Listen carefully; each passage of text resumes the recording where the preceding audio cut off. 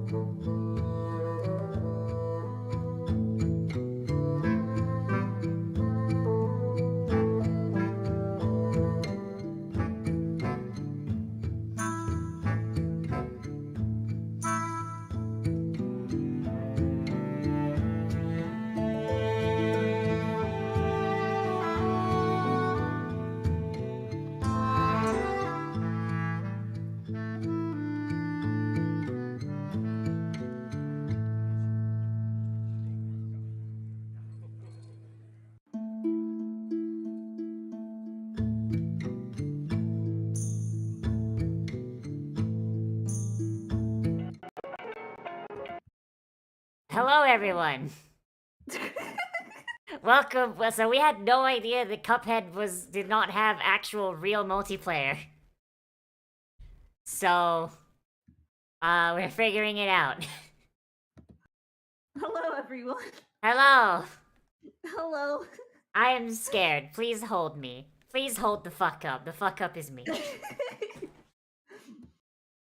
mean, if worse comes to, I don't know, we'll figure something out. But Emergency game switch. emergency games. That's what we're doing, Mystic. That's what we're doing. We're trying to use the. It says input is temporarily disabled. The host is busy. I know, I'm trying to work my things Oh, okay. and get the actual game up because it's not displaying Oh on no. my stream. Which is also great. Okay, there we go. Hello, Arsenal. Hello, Cypress. Hello, Goblin After Dark. Hello. Wait, Arsenal's over there. Ah, damn, Arsenal! I can't believe you betrayed me like this. Oh my god. Arsenal knows the true Goblin to watch. Can't believe it. Can't believe it. Well, I've been betrayed. See, I told you. Once they saw a better design. once they saw a taste of a better design. I shouldn't say that. Your design is lovely. I've always really liked your design. It's simplistic, but it's actually very cute. Thank you. Okay. I don't know why my controller all of a sudden stopped working. I mean, I'm getting a PowerPoint. You're getting a PowerPoint? You're getting what? It's going at like 5 frames a minute. Oh my god. Oh no. Okay. Oh, Arsenal's bringing the chaos to both streams. Excellent. It. Oh Okay. god, oh god, what is happening? Is it like really bad? It is extremely stuttery. Holy shit. Oh no. Maybe no. should I host? I have fiber. Yeah, maybe. Maybe. We'll try. Yeah, let's try it that way. My internet's good. I don't know why it's so stuttery. I have no clue. Holy shit. Oh dear god. Okay. Well, we'll try. One way or another, we will. One way or another, this will work. I swear to God. Oh, it happened to you too, Cypress. So it's not just an us issue. What happened? That like there was weird kind of stuttery problems. Well, I'm glad to know it's not just us. That makes me feel a little bit better. Okay. Sorry that happens to you too, but also, you know, helps me feel less alone. How do I... In the meantime, I'll shove my face with Oreos. How do I invite people? It says to give you... It just says to send a link. I don't want to send a link. I want to... In, like, your friends list, you should be able to, like, click on my name. Oh? Okay. Invite me to play from there. I should wait in the dice house to listen to the sweet music. I'd love to, except, you know, currently the game isn't working. Oh boy, alright. Try that. Try that, see if that one... We'll try it. 14 frames per second, like Nintendo intended. How's everyone doing? Alright. Alright. We having a good day. Oh no! Oh, it's 3 bars. 3 bars, not the... Yeah, 2... Oh, shit. Oh, fuck.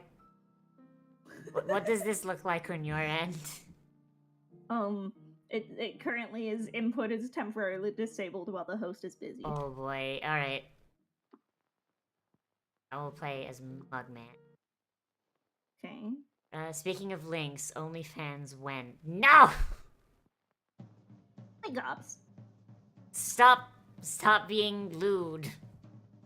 Can you see this at all? I can see it. I don't know if my stream can see it. Because I don't think it's being captured properly. Okay, check to Add see... your peachy key in Goblin After Dark.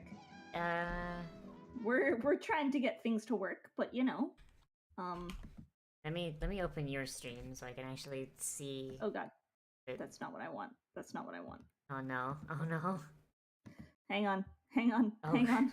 Oh god! Oh Or fuck! maybe that is what I want. Oh Actually. god! Oh fuck! Oh god! Oh god! Oh fuck! No! Fuck off, Billie Eilish! God damn it! But no, I'm gonna start up an OnlyFans and call it my Only Orchards.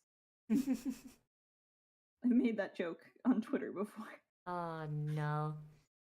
I've started OnlyFans. It's just like with sword, just me holding a sword.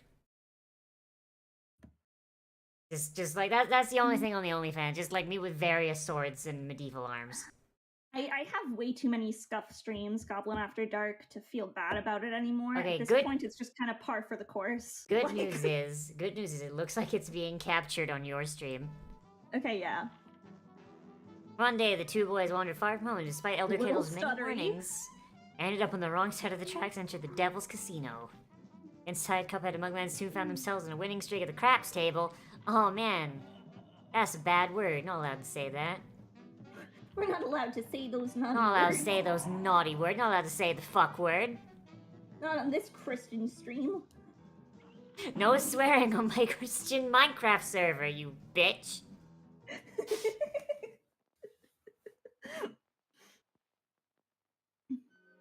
Oh boy, alright. So if you press start, it should put you in the game. Oh, okay, progress! Progress has occurred. I'm here. I have 1 HP. Why do I have 1 HP? Very good question. Okay, how's the... What? How's it playing for you, at least? It's stuttery. How stuttery we talking? Unplayable folks stuttery? on stream, like, it's probably better for me than it is on stream. Oh, so boy. how bad does it look on stream? Oh boy. I can't seem to... Can I unfull screen? Because right now I'm stuck in full screen, so I Oh, have to shit. pull up my stream on the phone. Wait, why is it 1280? What the hell? Oh. Is that changing it for you too? Yeah, it is! Oh, okay, never mind. I'll No, just watch it on my phone. Oh god. Lots of teleporting and skipping about. Oh no. Oh god. Oh no. Oh no, it's like, I guess we have to change game. Look, we've reached the unbeatable section. Not even the almighty Dean Takahashi. Can't get over the chest high wall. Wait, what else? Do we want to play something else? Well, apparently this is not gonna function, so I think we have to. Ah, shit. Oh fuck. Okay. What else do we both have? Even? Good question. Fuck. Okay, looking on... I'm gonna close out of this. Yeah. Okay, looking on Google, it looks like most people play this shit with Parsec, whatever that is. Oh, maybe that's what Thorn and I did. Maybe. That sounds familiar now, actually. I don't think we had... I don't know enough about Parsec to set it all up, so... Yeah, Thorn tackled most of that. Yeah, we're gonna have to get I Thorn. remember. Just bully God, I haven't talked to Oh, Thorn. I haven't talked to Thorn in so long. Oh, I feel like such a bad friend. Thorn messaged me like literally the other day. I'll message them back being like, "Hey, I'm doing well. How about you? Also, remember when we played Cuphead? Oh, So no. Nazi and I need help." God, I need to hang out with Thorn again. It has been a literal year since I fucking talked to him last. I haven't collabed with Thorn in ages. It's I been don't think almost I've a year ever since I collabed collabed. with Thorn. I wanted to, but I chickened out from asking him in the last minute. Oh my god, that's such a mood though. Oh, but yeah, no, like any collab I've done where it's like, hey, this is me meeting this person, or like really communicating with this person like at length for the first time. It's literally because I was sleep deprived at fucking 3 a.m. and sent the message without the higher functions of my brain going, no, don't! Yeah, Like- like legit. I've been wanting to collab with you for ages. Oh, If it wasn't for no. you messaging like the Goblin Discord, being like, "I'm looking for collabs," I probably wouldn't have said anything. Oh, no. I was just like, "Okay, this is my chance. I've got to be Um. brave." Asking the goblins as a whole. Oh, that's how I got, like, Grandpa on my fucking Discord friends list. It was like fucking 3 a.m. I saw his tweet with his Discord tag is on it, and the upper part of my brain, like, didn't have a chance to respond because it was half asleep. Cypress, I literally cheeky like tweeted you, being like, "Yo, we should collab." So, like, I don't think you have to worry about messaging me first. I think I kind of initiated that accidentally. Oh my god. Okay, what do we both have? Ah, What do we shit, that's a play? good question. Hang on, I'm gonna unplug Um, my PS4 controller. Shit. Uh, I'm sorry, everyone. Haha, you fools. You thought you were here for Cuphead, but in reality you're here for, insert here game, for insert game here. whatever the hell else we play. Profile, what the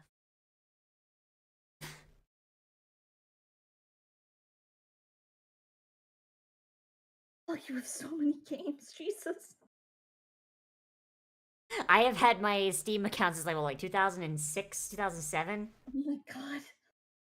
It's been a minute.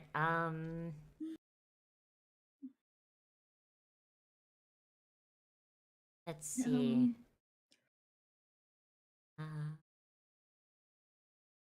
Fuck, that's a name I haven't seen in a while. What? Freedom Planet. Yeah, I actually, I think a friend gifted it to me. Oh my god. I was wanting to stream See, it at some point. It's the only good Sonic game to come out in years, and it's not even a real Sonic game. Damn, them fighting words. I mean, Not from me, but from someone. I'm sure. There's someone out there for whom those are fighting words. Hi, Starbro. We're having some issues with Cuphead, so we're currently in the process of trying to find a different game.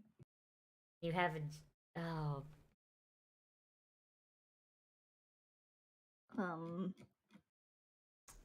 Damn. Damn. Shit. Damn, fuck. Shit.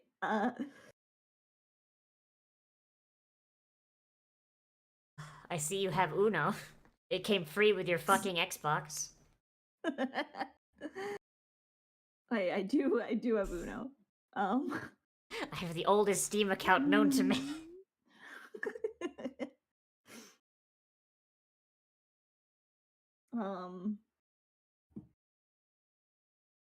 God, you can learn about people from looking at their Steam games, I swear. Okay, if you're talking about the elf porn game, that one was not purchased by me. I wasn't. I didn't even see an elf porn game. But now I'm curious. Now I'm gonna actively hunt for it. Ah. I mean, you've got Honey Pop. I mean, hey, did you download? Yeah, did you no, I don't download? want to Did you talk. download the uncensorship patch like everyone did? Of course I did. Mm. Like, I'm gonna play it in its purest form. Like, by purest, I mean, you know. Yeah, the purest Most one exposure. being Q fucking masturbating on top of the washing machine. Why the fuck is that in the game? It's just it's the way it is. Such a specific fucking scene. My god. Amogus. Amogus. When in doubt, there is always Amogus. Yeah, so we can just yoink some fucking people in. We could just yoink some people and play some Amogus. Just at gunpoint.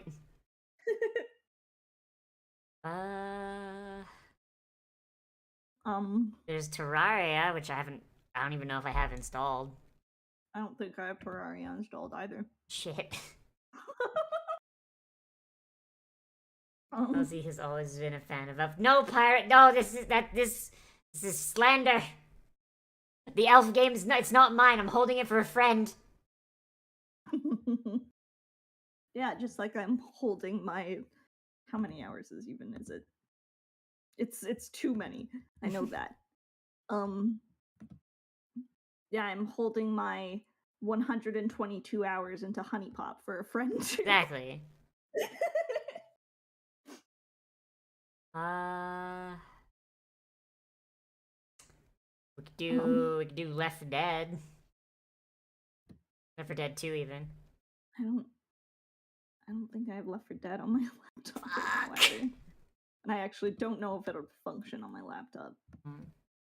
I used to have like a nice streaming PC, and I'm currently like in kind of a weird transition where I'm using my laptop instead of like a nice PC. Mm.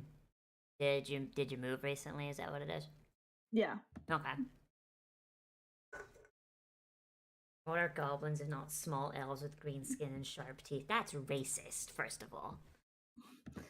It's racist. Not necessarily untrue, but racist.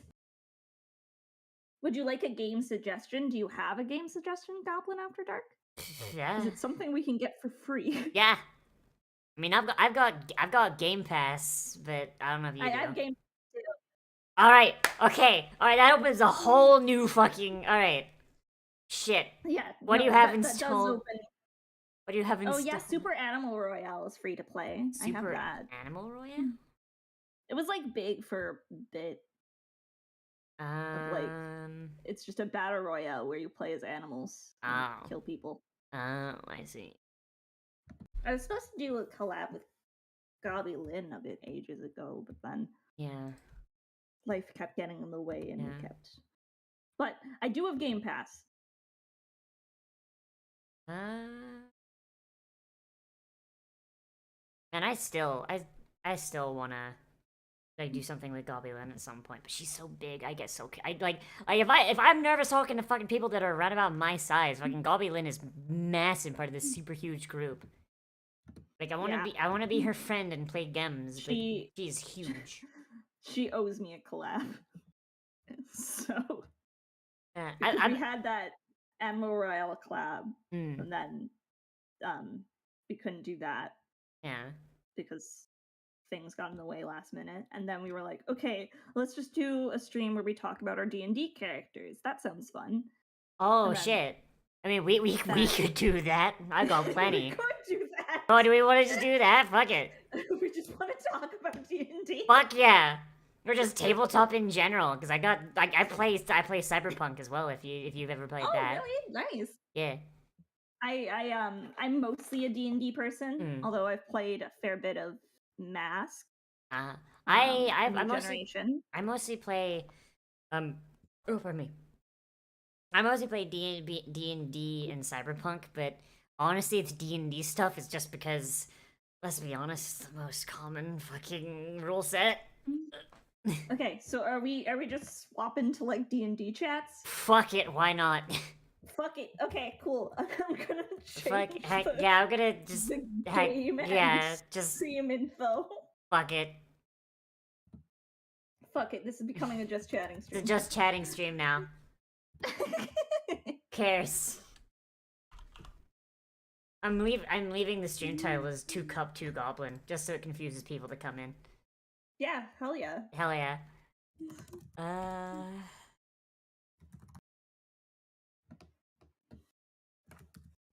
Cuphead didn't. Yeah, Cuphead didn't work. Cuphead is dead. I can't believe Cuphead is fucking dead. SMH can't believe Cuphead is dead. That's the title of my stream. Oh boy. Oh, speaking of, like, did you know that someone made a Friday Night Funkin' mod that's literally just like Friday Night Funkin' Kid versus Cuphead? Really? Yeah, and it's got like an entire like thing of like we're like during the second verse, Cuphead just fucking pulls out his gun and starts shooting at you. Oops. And so you have to like combine like doing like the arrow inputs with dodging, and Cuphead will like try and just pepper you with bullets during the thing. So your choice is, do you dodge the bullets and let your health go down, or do you sing through getting shot and hope you have enough health? Okay, I'm gonna put us both on the big screen. Yeah. so people can see us better. I don't have my cozy forest background right now, unfortunately, but I just got my You're- shitty cave background. you're gonna be tall compared to me. I'm gonna be the small one. How tall is you supposed to be anyway? Appleseed in D&D canon was like 3'6". You are an inch taller than me. I'm not entirely sure how tall in this Appleseed is. Hmm. Well, my model is about 3'5", which I've learned is apparently pretty fucking tall, because like tiny is like 2'11". Yeah. Like Like, who was it who did it? I think it was also thank you, Kiro. I hydrated. I think it was uh Tama Petra, aka Smack the Goblin, who made like a height chart of a bunch of oh goblins yeah, like, yeah, yeah, yeah, ages yeah. ago. I think I have that still. I think I have it saved somewhere. I don't know where, but I'm confident I have it somewhere. I must have it somewhere. If you find it, send it me. I'll put it up on the stream. Yeah, I would have to do a lot of digging. So okay. I think I found it. Oh, you think you Jesus found it Christ! I already? keep forgetting how like much of a nightmare being Scath looks sometimes. I I love Scath, but he looks like a fucking nightmare being sometimes. Oh man, there's so many good gobs Oh, though. holy shit! Thorna and I are the same height. My Oh God. really? Yeah, Wow. which is amazing because my model doesn't have legs. Yeah, that's. Imagine how tall you would be with legs. Yeah, I'd be huge. Okay, according to the chart, yeah, you are about an inch taller than me. Fucking Gabby and Fawn are taller than me? That's bullshit! Tall Gabby and Fawn. It's hard to tell because of how short. Hang on, I'm gonna throw this image up on my stream so I can get a better look at it. Oh, also, friend. Hmm? If you haven't, you should subscribe to and also follow Nazi on both the YouTube and the Twitch. Yeah, I stream on both. I am starting to do a bit more with my Twitch, but YouTube has better quality because YouTube's like encoding is better. But Twitch does have a lot more toys, so whichever you feel more comfortable with.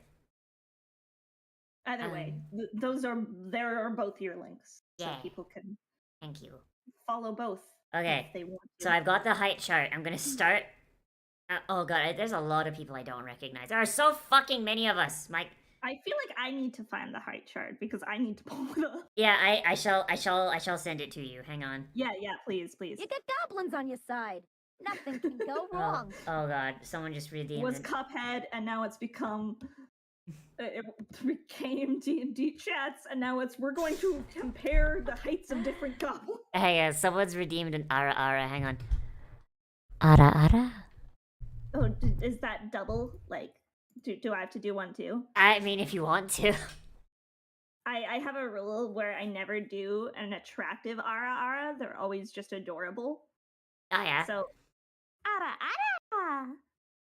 I tried doing cute Ara Aras. It just sounded like a fucking horrible gremlin creature. okay, I'm gonna try and pull this up for my folks, so y'all can see. I'm gonna move us Okay. off to the side for now. So let's see. Starting all the way off to the side. So we've got JJ. Have you seen JJ recently? Is he still alive? I have no idea. I have no idea. Okay, so starting with JJ, he's like, JJ is 6'6". What the fuck? Jesus. Holy Oh. shit! What the fuck? That's not even that's taller than most elves, JJ. What the hell? I did the wrong thing. Whoopsie. Oh boy. I don't recognize the next two. Then there's Tama. Tama's 5'6". Not recognize the next few. I recognize the next one that's like half. I don't know what her name is though. She's like just under 5 feet. Oh my god. Why isn't this? Hmm? Mine's not wanting to. Oh shit, is Cool. it not? It's not wanting to cooperate. Oh wait. Oh, by the way, the hair counts towards height here because this is basically the character image is basically used as a ruler essentially. Yeah. Yeah, like the first half of these people is like mostly hobgoblins. Wait, okay, so chaos is like about 5'3". That's a little more reasonable. Wait, Claire is fucking 4'9". The fuck? No, I I don't believe that. That's a lie. I refuse. There's no way Claire is 5'9". Why isn't the thing? Pirate wouldn't be a fitting theme for me. Viking would be more apt. And do it, Oh my mistake. God. Become the Viking VTuber that we all deserve. Deserve. Yeah. What the fuck was that pronunciation for me? My god. Okay, I'm sorry, everyone. This is very small. Yeah, Yeah. I've had to stretch it out. Just ugh, God. Okay, Claire is 4'9". That is. Oh wait, no, sorry, no. Claire is 3'9". Okay, that makes more sense. Okay, that's That makes more accurate. sense. Mitch is about 3'8". That makes sense. Scath kind of fucking scares me. Yeah, Scath is exactly. 3'9", but like with how wide he is, I feel like he's gonna fucking eat us. Scat's gonna just consume us all. I need to fucking stream with Scath again. He's so much fun. I hope I he's. have never actually streamed with Scath. I've always wanted to. I love Scath. He's a like I remember like he took a break because he was afraid that like his brand was basically torpedoed because like most goblins are trying to be cute, but he's trying to be a little bit more of a traditional Germanic goblin. Which I love. Yeah, Actually, like I- I love the kind of Yeah, uglier. I mean, I don't like to use that because that sounds insulting. yeah. Like But like the more monstrous kind of goblin. yeah, like Scath like fills a niche that like honestly is very very underfilled, and I think it's Mhm. so. No offense to any goblin, but our niche is kind of like incredibly fucking full. Yeah. Like incredibly full. So, and most of us take the whole like kind of cutesy like fey goblin kind of thing, where like Yeah. yeah, like we're based off like the more Anglo kind of Anglo French kind of tales where it's like, oh man, we're cute little fey creatures, basically fucking leprechauns, and then Scath is like. Scath is just like a fucking like gremlin creature from Germanic folklore. I fucking love that. That's great. That's amazing. Yeah. No, it's awesome. There's also the necromancer guy. Okay, fucking Steez doesn't count because he's still technically a Fey style goblin. He's just dead. That's different. Fawn being 3'6"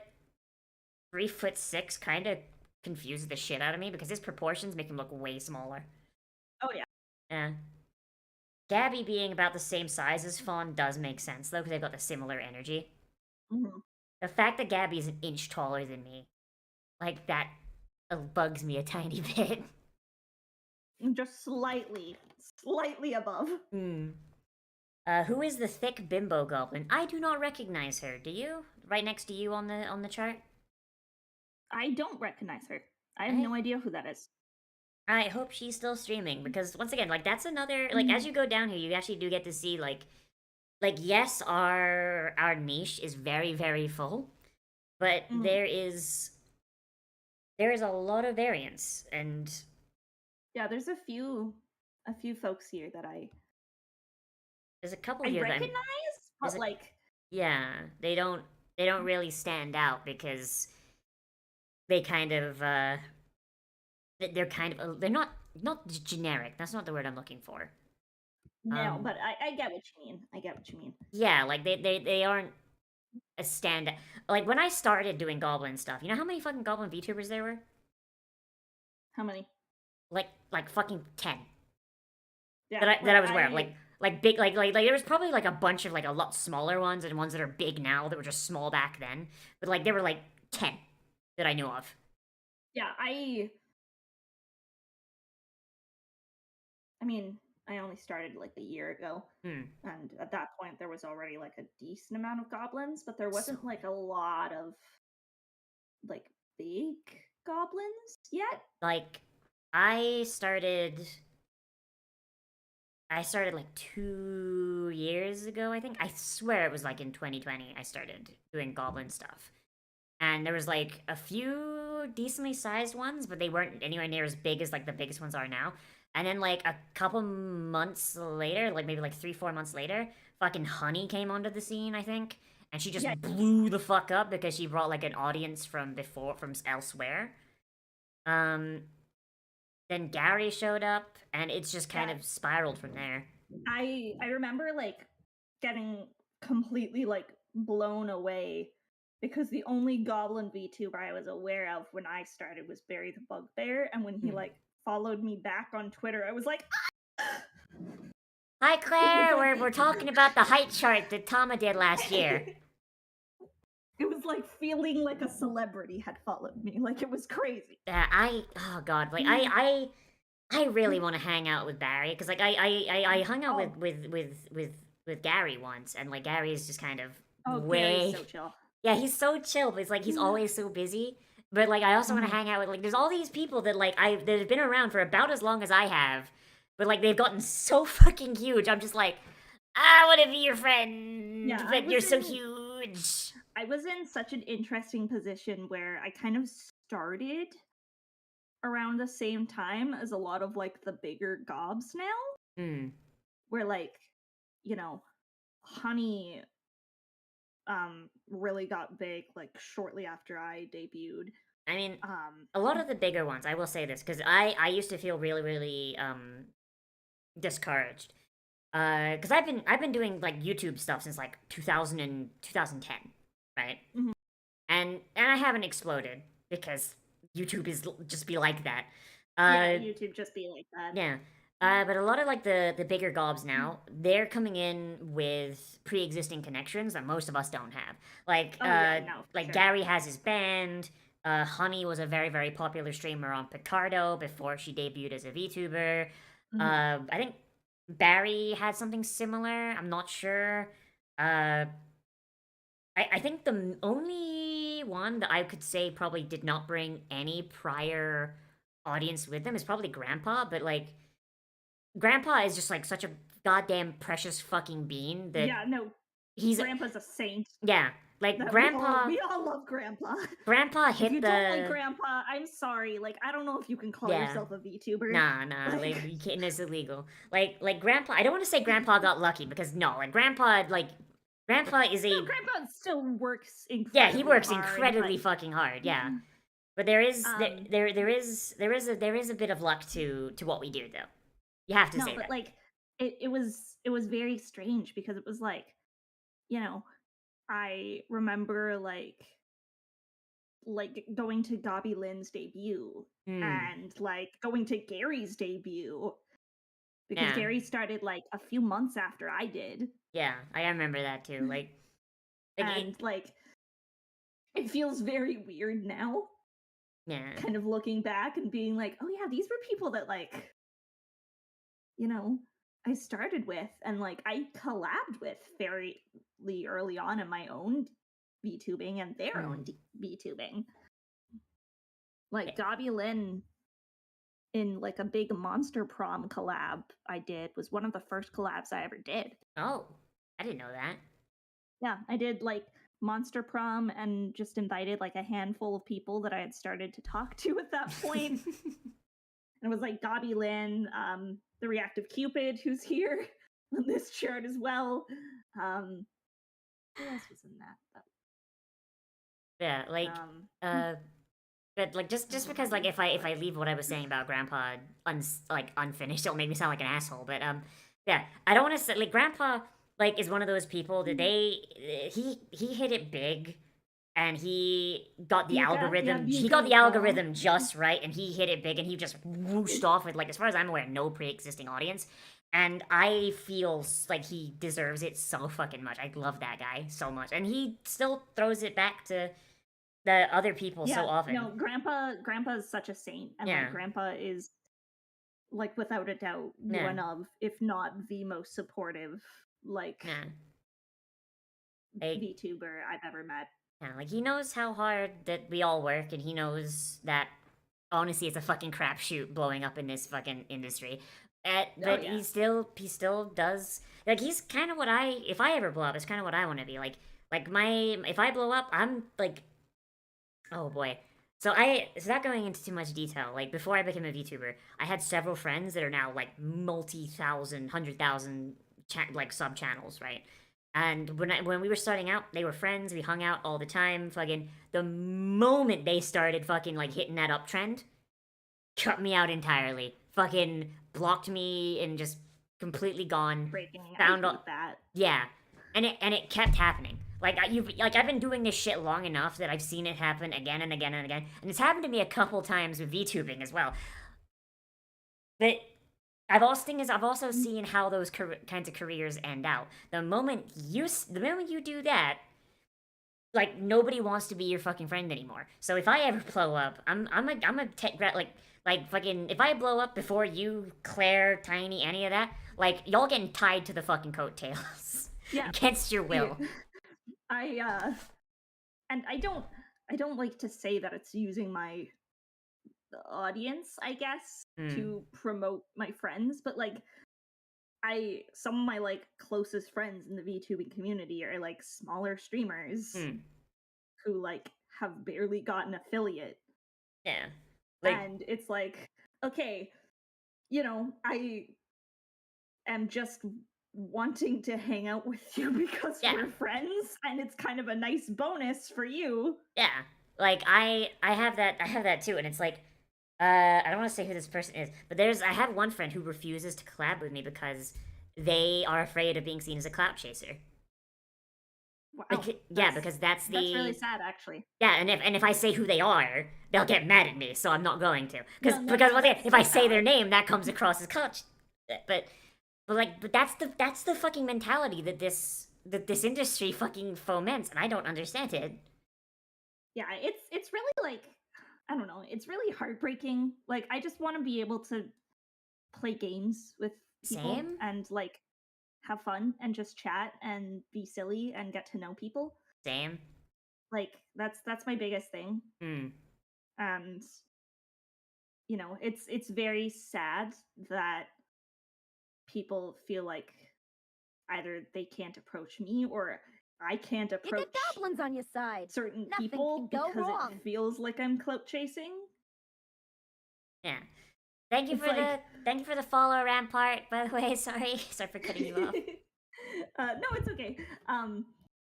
Like there's so many people that I genuinely want to do stuff with. You better not be saying Hayak is a Rule 63 me, because I swear to God, I will fucking commit a violence. Oh my God, that man. Yeah. But yeah, it's very yeah, exactly, Rack. Like you put it best. It should be more about just having fun with people. Yeah. Like there shouldn't be a worry about, you know, clout chasing or like having Sorry. Oh, sorry. I ramble.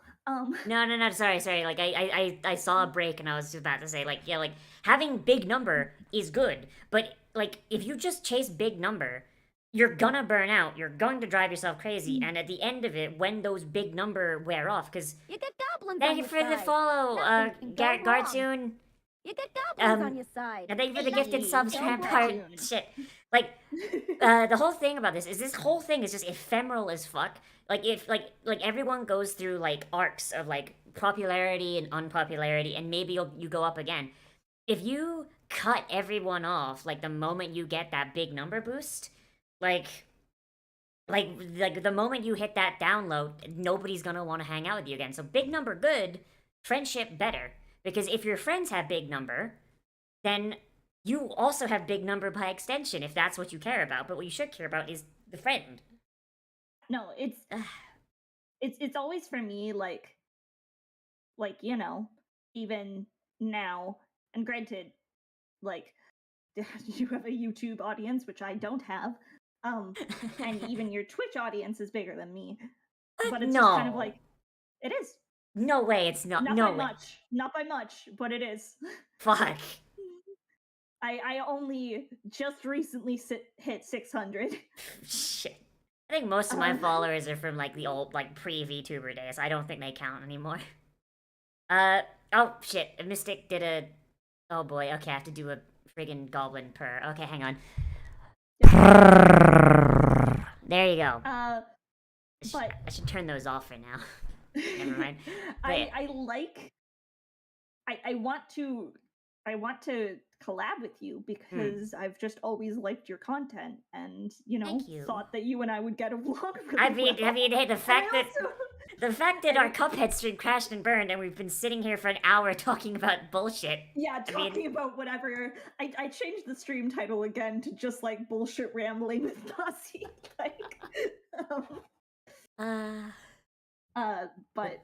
Oh, Claire wants to know if you'd enjoy collabing with her.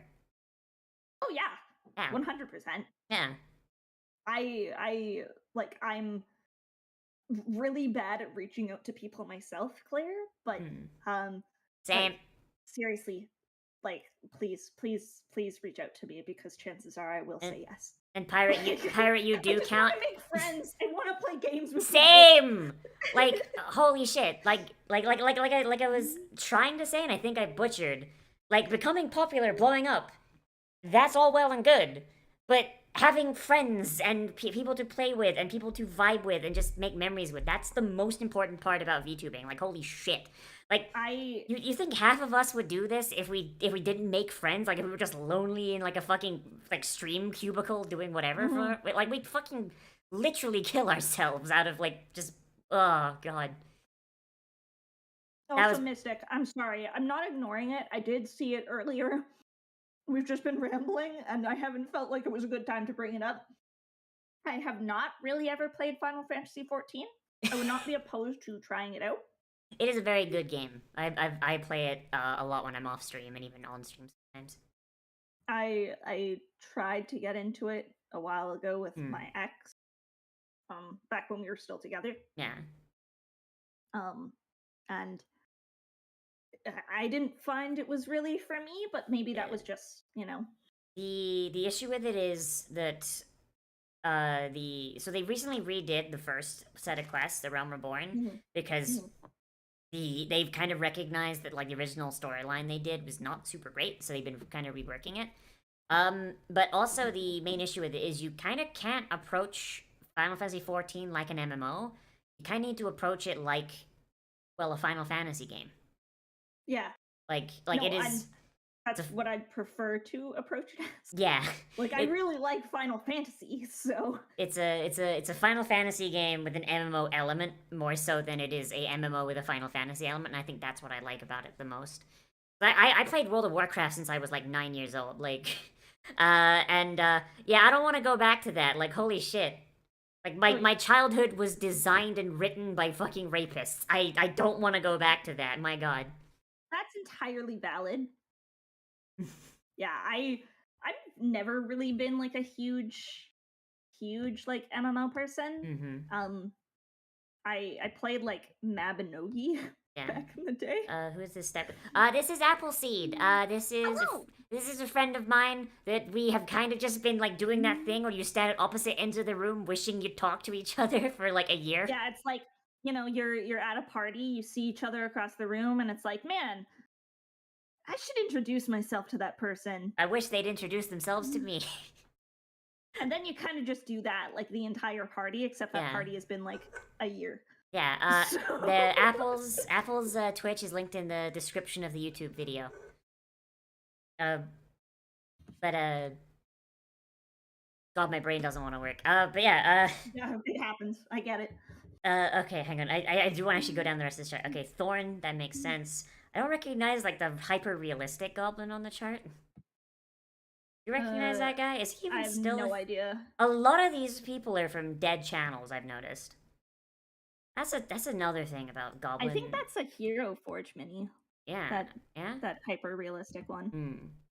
Like that's I don't- actually and that's another issue with the goblin community that I don't like to think about. There's a lot of just dead channels, people that like started because I guess goblins were popular and then just kind of burned out like immediately. You notice that? Yeah, yeah. Like I think, um, and I hate to soil her good name by saying this, but I think Honey Goblin kind of inspired like a lot of people to kind of Hmm. like, oh yeah, GobTuber. Yeah, it's not Honey's fault by any means, but like Oh God, no, yeah, no. like Honey's I a like freaking. it's definitely made me kind of regret being a goblin because being a goblin was my second choice, and I started like 2-3 months before Honey, so I was just Oh, sorry. Go on. I was like it was like my original choice was a character design I've kind of had since I was like 15, and I was like, oh man, I could totally make this a fucking VTuber because like man, I really want to get into this scene because it's fresh and hip. I said in like Yeah. 2019. Fresh And and hip and young. yeah, and then like the more I thought about it, the more I was like, no, like, I think it might be a little too out there, you know, because Yeah, I get it. Cyberpunk wouldn't release for a while, so I was like, so I went for the Goblin thing, and then immediately like 2-3 months later, fucking Honey just comes out, and it's like, oh, there's this shitload of them, fuck. Yeah, I had a few different concepts in mind. Um, but the one that kind of stuck out to me most was, you know, a VTuber concept that was based on my like at the time like favorite and most played D&D character, who was a goblin druid by the name of Appleseed, who had like kind of plant DNA mixed into her being. Oh, that's cool as hell. And you know, she was a very specific like type of homebrew druid where she could turn into plants as well as animals. Mm-hmm. And you know, it was she was a character that I just absolutely adored and fell in so hard in love with Yeah. that I was just kind of like, okay, well, you know, I Mine. commissioned and at the time like, you know, close friend slash housemate of mine to see if he could make a decent model. It was his first time ever trying to make one. Oh boy. Do And you I still have use it to this a day. do you have a model or are you just PNG? I do have a model, because of again the kind of awkward. Oh, okay, so it's laptop. Okay, all right, because Yeah. I just realized I've never actually seen your model. Yeah, I do have a model, but when I moved away from my ex, the nice PC was his. Ah, So I see. it I am currently in the process of getting my old PC Mhm. that, granted, it's several years old, so probably doesn't I function mean- quite as well. I But mean, we've kind of hit the point where like technology doesn't really advance that quickly. So long as it's like not from like I don't know, like 2012, you're probably fine. yeah. Like I'll have to do some extensive virus scans, I'm sure, because it's old. But Yeah. aside from that, like it should be functional. Yeah. I just need to get some new stuff for it. Yeah. God, this character, this goblin, is actually also based off of one of my D&D characters. It's a character I've only ever used once, and it's a goblin, I think, evocation wizard, with a Ooh. noble with a noble background, and I went like, so I kind of had like this whole homebrewed thing where it's like there's like ley lines under the earth and like they kind of converge in like caves, and there's this species of goblins that have kind of like ascended almost, like so Okay. like they're all like infused, like they've got a lot more like magical potential than most goblins, and the ones that do have magical aptitude, their hair kind of reflects it. So like fire, someone who's very good with fire magic would be like a redhead, or water magic or ice magic would be a blue kind of thing. And and like kind of like have this entire kingdom underground. And I kind of went with it, and then like I noticed at the time there was a lot of like Goblin Queen things around, and I was just like, if you're a Goblin Queen and you spend like 9 hours a day streaming, how the fuck are you running a nation? And I was like, constitutional monarchy. So I kind of had this whole idea of like being like kind of like a parody kind of thing, which I think has kind of bit me in the ass a little bit. It's kind of bit me in the ass a little bit because the thing, like at a glance, you don't notice the parody. Yeah, no, So that's it's, like, fair. Kind of blends it, which is why I don't wear the crown very often. Like actually, the crown's a toggle, but it's almost always off. But Who else is on this list? oh yeah, hang on. Let's see. We've got Cupid. Cupid. I like Cupid. He's a little angry sometimes. I hope he's gotten better. Is he he or a they? Because I don't actually know. He. Okay. Because the fishnets are throwing me off. Not gonna lie. Yeah, it's specifically like a like his avatar is kind of a goblin OC of his. Goblin fanboy. Yeah. Rivs, have you fanboy is right. Have you hung out with Riv at all? I just see her on here. I have not had the pleasure of hanging out with Riv. She is precious. She is precious. I love her. I wish she was my mom. Yeah, like out of really context, I hope realize I that get the sounds weird. chance to hang out with Riv at some point because Riv is oh my God. great. I like when Tiny Tina's comes out. I'm gonna get Tiny and Riv, and we're gonna just do that because like, hell yeah. Like, you're invited, by the way, because that's a 4-player game. Hell yeah, I'd be down. Riv is my ideal mommy. It's mostly just like she's like Riv is a very, very crass, very loud, and I mean she self-identifies as a bitch, and honestly, that's kind of refreshing. Yeah, no, like I've always really, and I will sing Riv's praises of like I admire anyone who's like confident enough to kind of just like do their own shit and do so like very unapologetically. Wait, what? Hang on. Wait, Claire, what did I say about you? What? I didn't say anything about you that was bad. I said that I couldn't believe how tall you were. What? Did I say something rude about Claire without thinking? What the hell? No, not to my knowledge. I'm very confused. We were talking about the fact that we couldn't believe you were tall. Yeah, like you're taller than both of us. We were surprised. Like that's literally it. But maybe it's just that we're smaller beings. We are very small. Yeah. No, we're not reviewing all the goblins. We're just looking down the height chart and kind of seeing like who's still around, who's blown the fuck up, who's died, shit like that. Is Cove still around? I haven't actually seen Cove at all. Cove's still around. I guess she's been on like a hiatus, or am I just blocked? What the fuck? I don't think she's on a hiatus or anything. I haven't seen Cove around. Like I'm hoping I haven't said something to offend Cove and just not realized it, but I think Cove's just like I know Cove. I know Cove she's and still a mod for like Honey stuff. Yeah. So I think I would imagine that keeps you rather busy. If that's yeah, the I case. imagine. I think Cove and Tiny know each other, or at least I don't know, or they might use. I know Tiny used to know Honey, and then Honey stopped talking to Tiny. Oh, but that's also, not my Rapid. thing to talk about. Sorry, what? Ara ara.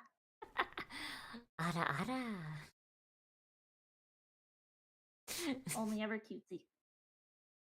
I can't do cutesy. Like the best I can do with cutesy is like Ada. That's the best I got. Terrible. What are you talking about? Oh, I will also hydrate. Where's my water? There's my water. Steez is good. Wonderful. Steez kept fucking 30 people entertained the other day, fishing in Final Fantasy. I am baffled by that man. Holy shit. Admire that I am amazed at that man's ability to turn the most boring fucking thing into like entertaining content. Holy fuck. Like, I don't recognize who the person directly to the right of I have Steez no is. idea who that is. I think that might be a dead channel. Then we have He Yeah. Who Must Not Be Named and Zem. Yep. Zem, who's wonderful. I I- love Zem. I want to hang out with Zem. I have never talked to Zem. I'm like the fucking creepy girl in the bushes, just like The I wish most to I've talk talked to to you. Zem, and I feel bad because I'm not trying to like drag Mm. shit into anything here. I have the most I've talked to Zem is during the debacle with He Who Must Not Be Named. Yeah, So oh boy. So He Who Must Not Be Named, did you hear that he's been caught using bot views since his fall from that grace? doesn't surprise me. Yeah, apparently once everything Sorry, popped off. Sorry.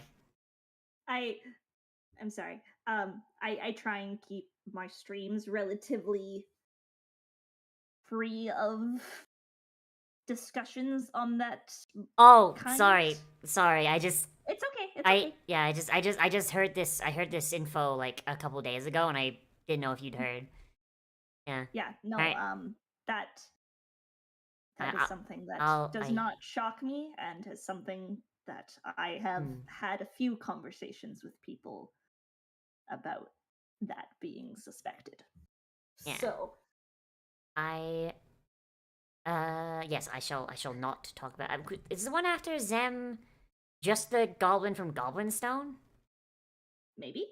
Like I don't Oh, that's dear not God, a rapid no, rapid no, no rapid no. what's rapid what?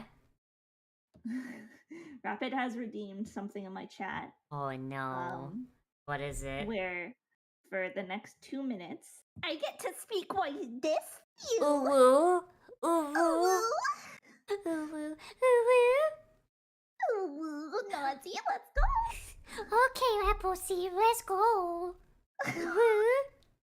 Okay. So much worse than mine. Like I and don't by that I mean recognize it's the next perfect. person on the list. I do not recognize this purple one. I don't recognize them either. I'm a little upset I don't Oh, recognize them. I no. really like their design. It's a really cool design. I don't know. Ada. And then there's Fiona. And then we there's love Fiona, like a little football. Oh no. What little football? I do not recognize the next one. Yeah, who's that? I don't recognize them either. Oh no. And then there was Wyosk. It was like a Then little, there's Leah. a whittle plushie. A little plushy. A whittle plushie. Oh, laugh. I'm glad your chest hurts from laughing. I'm glad to make you laugh so much. Oh god. My neighbors must hate me. Like I just hear shit like this constantly. You don't think you've heard Ooh Woo Apple? Oh, I'm so sorry. You've never had the pleasure. Ooh Woo Apple is a goddamn tweet.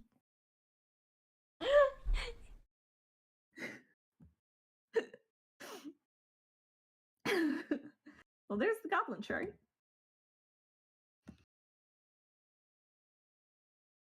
Baffle has a redeem where for 15 minutes we have to talk in Uwu speak. It's great.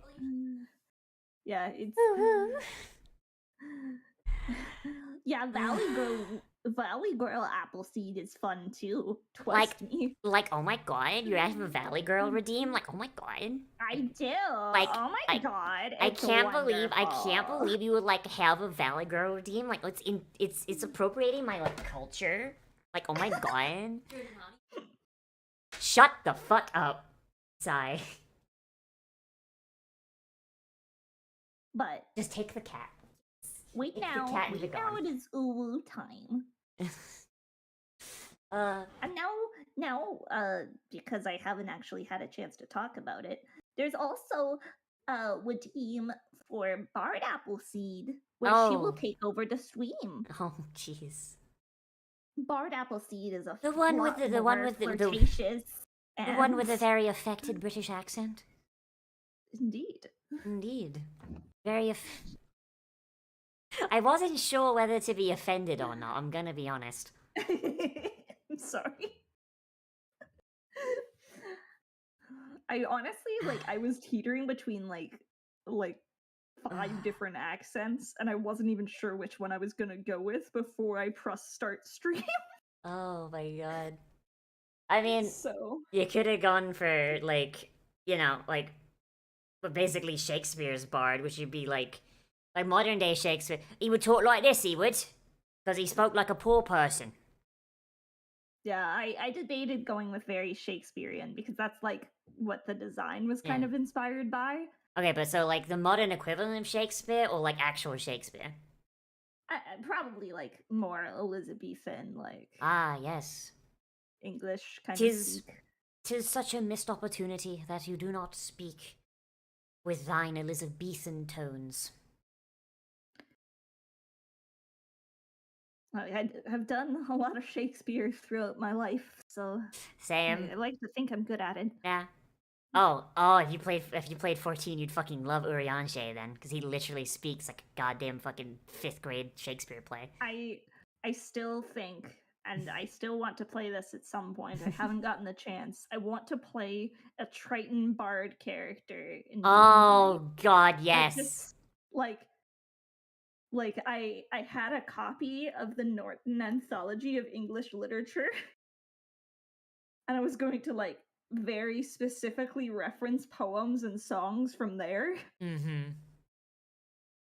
Oh boy, like the best part Like, about old sorry. English.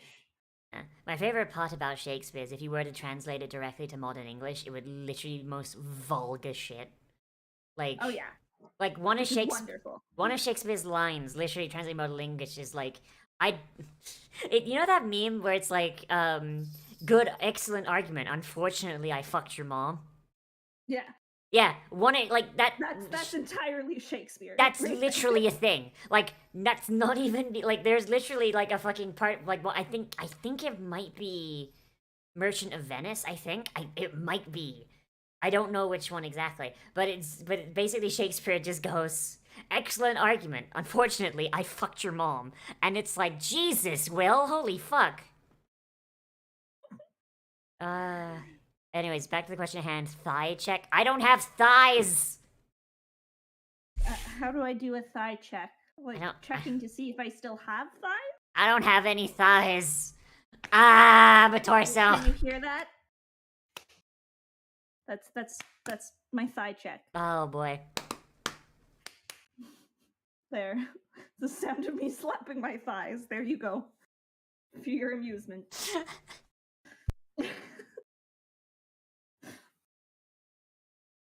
What is a thigh check? I've never heard of that.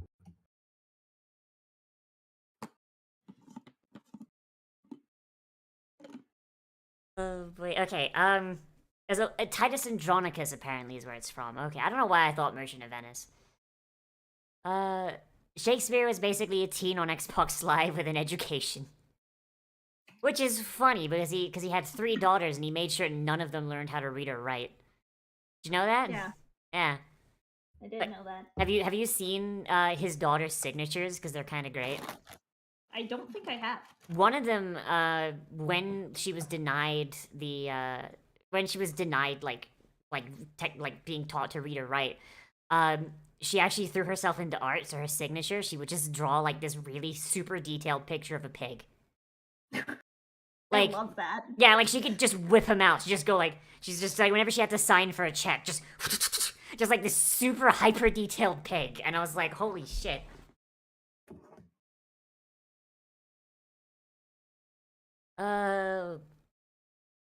Fuck, what were we supposed to be talking about D&D characters? Shit.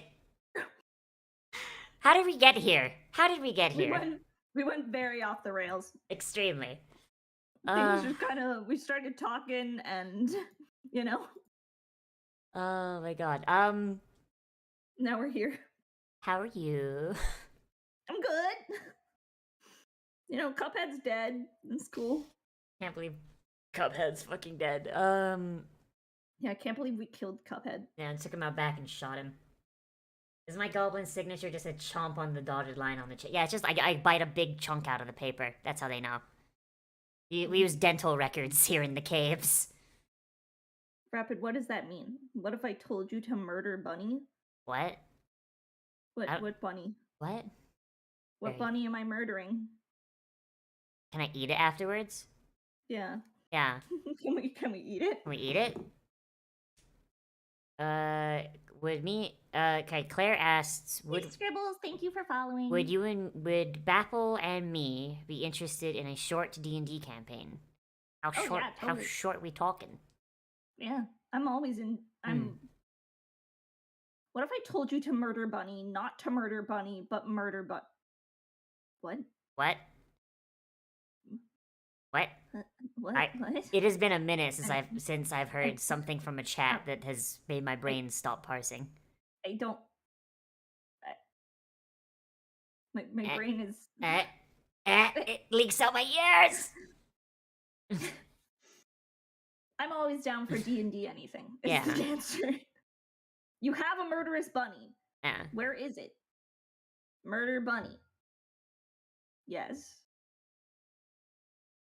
Do we need to get the holy hand grenade? Mistakes is saying exactly what I'm thinking. Run away? Do we need the holy hand grenade? We might. Just. It's been a while since I've watched Monty Python and the Holy Grail. Holy shit. Would you believe I've never actually seen it in its entirety? I've only ever seen it in clips. What? Yeah. I literally, like, my exposure to that is I've watched each scene independently out of order as clips on YouTube. That's, like, my only exposure God. to that movie. The bunny has uncanny dodge. No. Come on, Nazi, say how much you love the football. Oh, I love football, I do. Come on, England! Are we Score talking some about Fiona? fucking Because we goals! said Fiona was the size of a football. I think so, yeah. But she's 2'11". I love her so much. She is a goddamn fucking demon at Spy Party, by the way. Oh no. Last night we good played to that know. together. She beat me fucking 6 to fucking 22.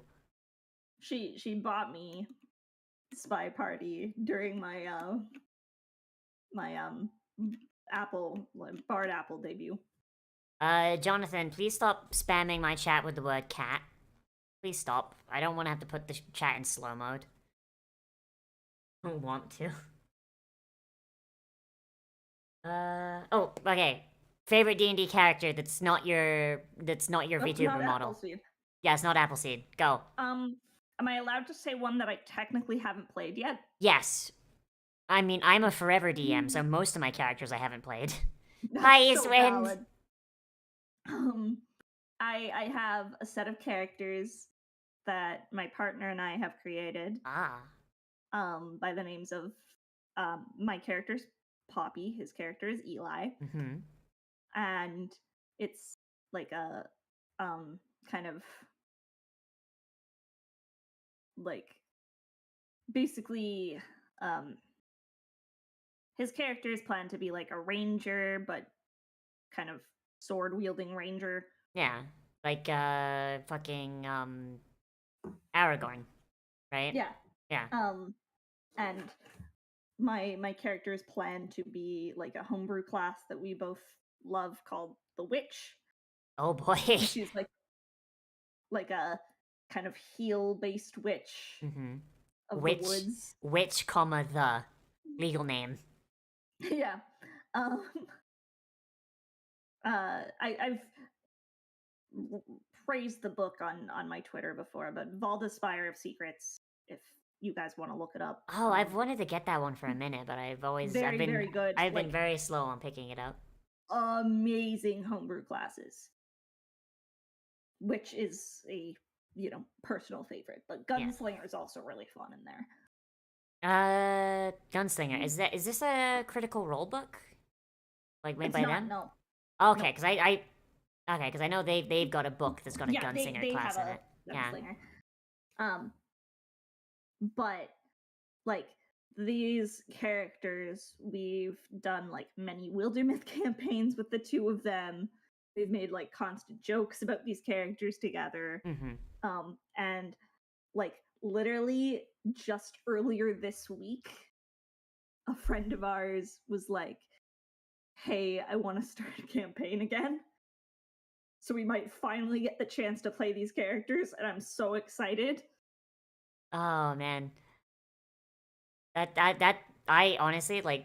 Please let me know how that goes, because like that's always the best feeling. So when you have a character like in your pocket for so long, you're just like, I want to play them. It's like it's very lame in that we both like came about the character concepts because we wanted to play characters that slowly fall in love during campaign. Oh, that's cute. That's cute. So it's like, you know, we the general concept of the two characters is like, you know, he was injured in the woods. This like witch girl found him, kind of healed him, nursed him back to health. And because of just the way the witch class works, she has these kind of like visions of like him being in grave danger, and is like She kind of has these basically, like must protect moments kind of thing. yeah, like basically like I need to stay with this boy and make sure he's okay, whereas he has the opposite thing of like I need to protect this witch who just saved my life. Oh god. So Oh god, the ranger's just got like a Wookiee life debt thing going on. yeah, kind of. Oh shit. You know, it's planned to be very cute and It very sounds cheesy, very cute. but that's very much our vibe. Yeah. What about you? Favorite character? So I'm gonna go in another direction. So I have a shitload of characters that I will never get to play ever because Yeah. Forever DM and any game I get Yep. into is cursed to fucking die. Note to self: invite you to a game. Excellent. Invite me to a game you want to end. My Saturday game got canceled due to interpersonal drama, which Oh no. yeah, like our fighter. That's so sad. Yeah, our fighter decided that he wanted to solve everything with violence in Grim Hollow. Oh no. Yeah, have you ever played Grim Hollow? I have not, but I'm very familiar with it. It's the Dark Souls of fucking D&D, Yeah, for those of yeah. you that don't know, where running away is usually a good idea, it's always a valid option. Mhm, Our mhm. fighter decided that he wanted to, between a fight between an ancient vampire lord and a ghostly knight, to run in and fight them both. It's like these two were fighting. Genius. Yeah, these two were fighting, and we come in and we're like, okay, maybe we should leave. Like, or maybe like, or at the very least, like, see where the wind blows on this. And our fighter was like, I'm gonna just run in. And like, without going into too much detail, it basically blew up with the fighter shouting at us. And eventually, and the DM just got like to the point where he's like, you know what, fuck it, it's done. Fuck y'all. That's sad. Yeah, like Mystic's in that game too, and I feel so Yeah, fucking yeah. bad because it's like it's just it's like it's the longest running game we've been in for a while. Sorry, so my actual character that I like. So this is a character I will never use because I love her so much. I don't want her to get hurt. I have made a character that I simp for too much. So valid. Boy. Okay, so her name is Eden Call. She is a high elf. She's a high elf bard. And what type of bard she is depends, but she is a mab. Okay. So she was left abandoned at the doorstep of a human family, and I kind of made the joke like. So I made this before I was out, right? I made this character before I was out, so this part of the thing is kind of from back then when I was still trying to figure egg shit out. I kind of made the joke that haha, elves are effeminate, ha ha ha ha ha ha. So they thought that Eden was a female elf and raised her female, and Eden kind of identifies as female, but biologically she's male. And as she kind of grew up, she didn't have any idea of what like a high elf kind of thing is. And what? What? Oh, I'm just saying, yeah. Oh, sorry. I'm ramble. Okay, sorry. on. And she always felt like, you know, she was kind of like in the wrong kind of thing. She didn't understand what was going on. Like, she felt female. She had been raised female. She, like, was female. But, you know, she got a dangus. And then she reads up that the high elf patron Coralon will grant a blessing to those that earn his favor to basically change their biological sex at will, right? Which is actually a thing mechanically. Yeah. So now she has basically taken, it's like she's taken to the road to basically gain the favor of her patron god so that she can feel more at home in her body. That's her quest. And her whole thing is she's very innocent. She doesn't really know much about high elven culture. She speaks the language, but she speaks it with an accent. Like, she doesn't feel very, like, she feels like an outsider, both to humans because she looks like an elf, and to elves because she speaks elven with a human accent, and she kind of acts like a human. And like, in one of her adventures, she found a magic flute, that, like, she doesn't really know how it works. And while that game didn't go anywhere, I do kind of keep the flute as her thing. And it's kind of like whenever she casts, like, the runes emblazoned on it, like, glow and all that. But, like, she's so innocent and pure, and I just want, like... Right. Pardon me. I just want her to be happy so much. I kind of don't want to put her in a campaign, because I feel like she'll just get absolutely fucking crushed and destroyed. She's like a pure, innocent beam of sunlight, when a lot of my characters are kind of not assholes, but they kind of have moments of being assholes. I literally, like, when I first started playing Appleseed as a character, like, I was very specifically to that DM, like, because I'm usually someone who, like, I come up with pages and pages of backstory, and I'm like, I want to be really, really involved in, like, the world and stuff like that. But I was just kind of like, I just want to play a character where I just have fun and vibe. Like, Like, so I barely came up with a backstory. Yeah. Like, I had stuff, but it was stuff that didn't really matter, which I was fine with. And it was just kind of like, this is a character that I just want to basically have fun and just be silly with for a few hours. Yeah. Like, Eden's kind of that for me, and like, if I were to bust her out, it would have to be for a DM that I know is gonna be able to kind of recognize that I don't want, like, dark shit happening to Eden. Like, Eden can fight, right? She's much more of like a support kind of thing. Like, as a bard, like, she has like healing spells, and like it's all about boosting morale and everything. Like, she'd rather solve problems without breaking out her bow and arrow. But like, like, a lot of DMs don't really recognize that, you know? Like, they're like, oh, your character gets touched by a weird man in a tavern. Like, no. That would fuck with Eden really bad, and I can't. No, like, it's why I never use her. Like, in the few games I get, like, I break out like I've got my badasses that, like, if like you put all of my D&D characters and OCs in a room, like, Eden would be in the back, and the rest of my characters would be like, I would die for this one. Yeah, like, with Appleseed, like, the most traumatic thing that happened to her was, and I think this was for her specifically very traumatic, because I've had her character very much kind of take on like a, for lack of a better term, a younger sister role to the party. Aww. Like, she was the baby, everyone wanted to protect her, even though she was, you know, a pretty powerful druid who had, like, just because of wild shapes and my plant forms, was able to take more hits than most of the party combined. Hang on real quick. Mystic, the main issue with that is that Matthew hasn't hasn't run a game in like half a year. Sorry, I had to answer a question. Yeah, no worries. Sorry. So like the most traumatic thing that happened to her was like, you know, she had one of her party members who was played by my now partner, Mhm. who died, and she couldn't bring them back to life. Oh no! Like her magic just did not work, and it was this moment of like, oh my god, my friends could die and I can't save them. Fuck. That is.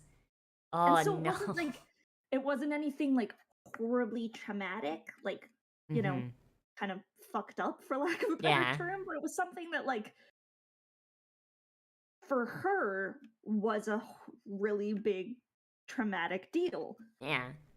I'll honestly like the thing with trauma for D&D is I've had characters that have gone through some really fucked up shit. Like Oh, same.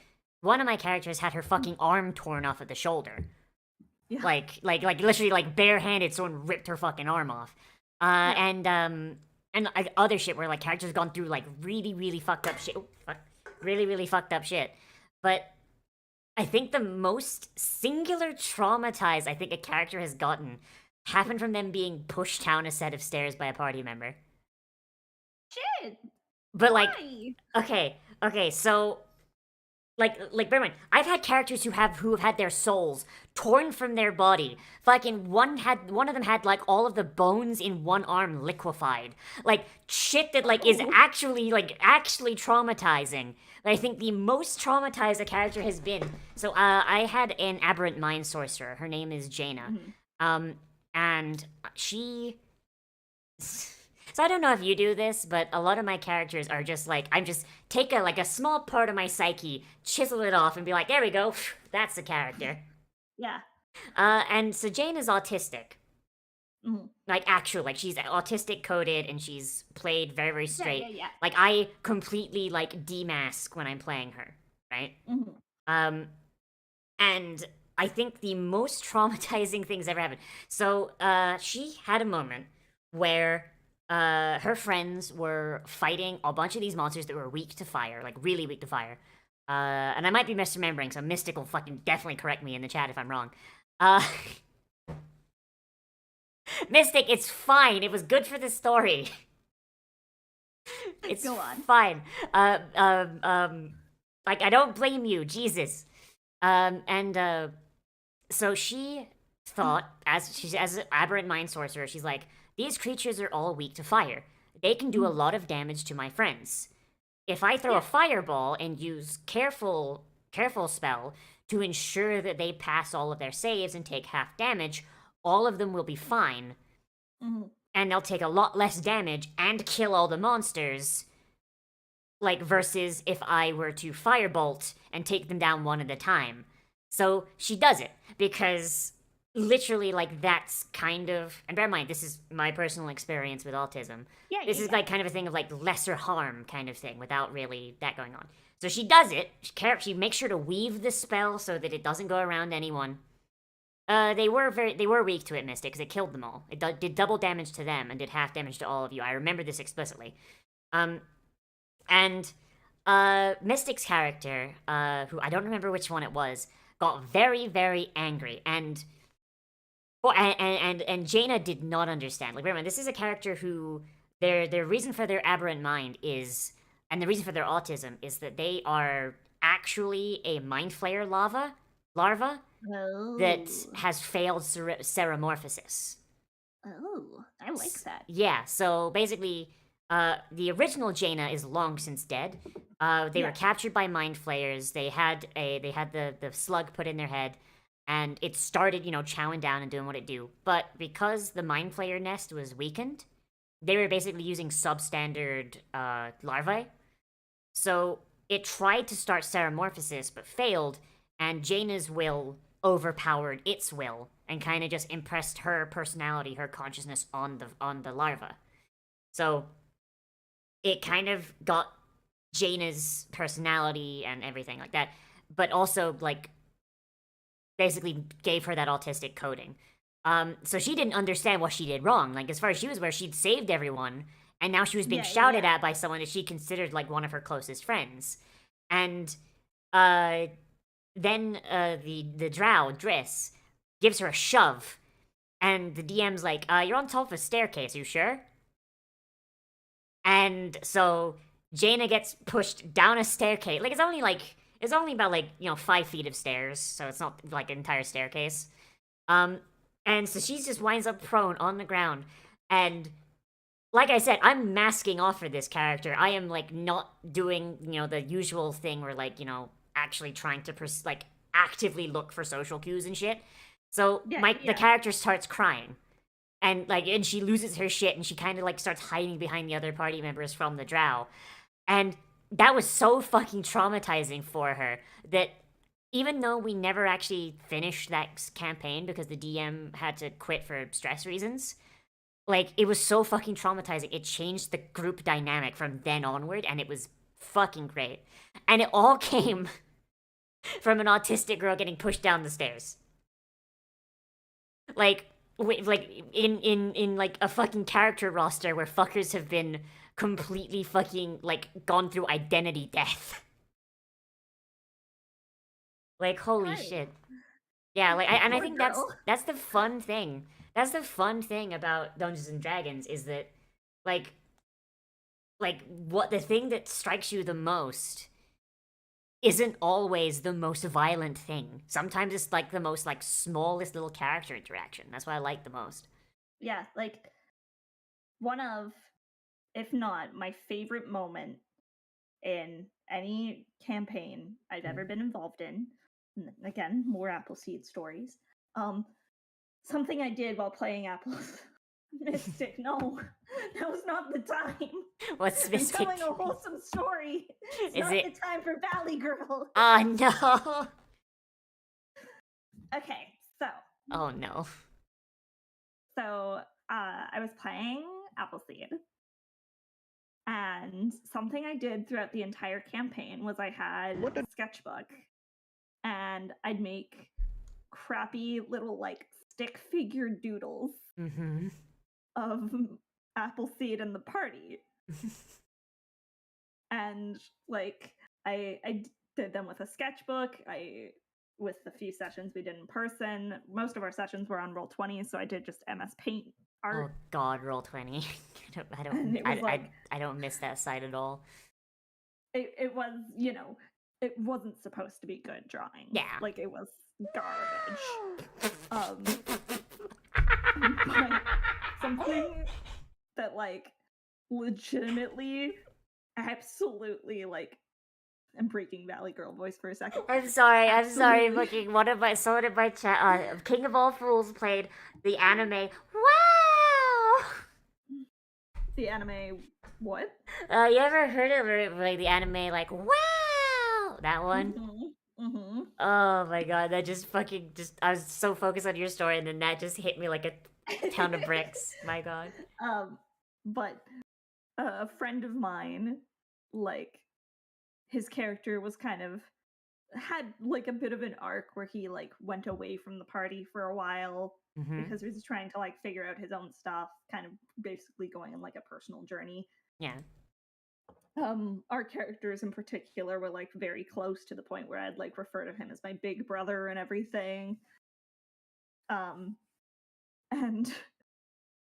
what he did when he finally, like, returned into our party was him, like, as the player, took the first ever drawing I made of our entire party and recreated it.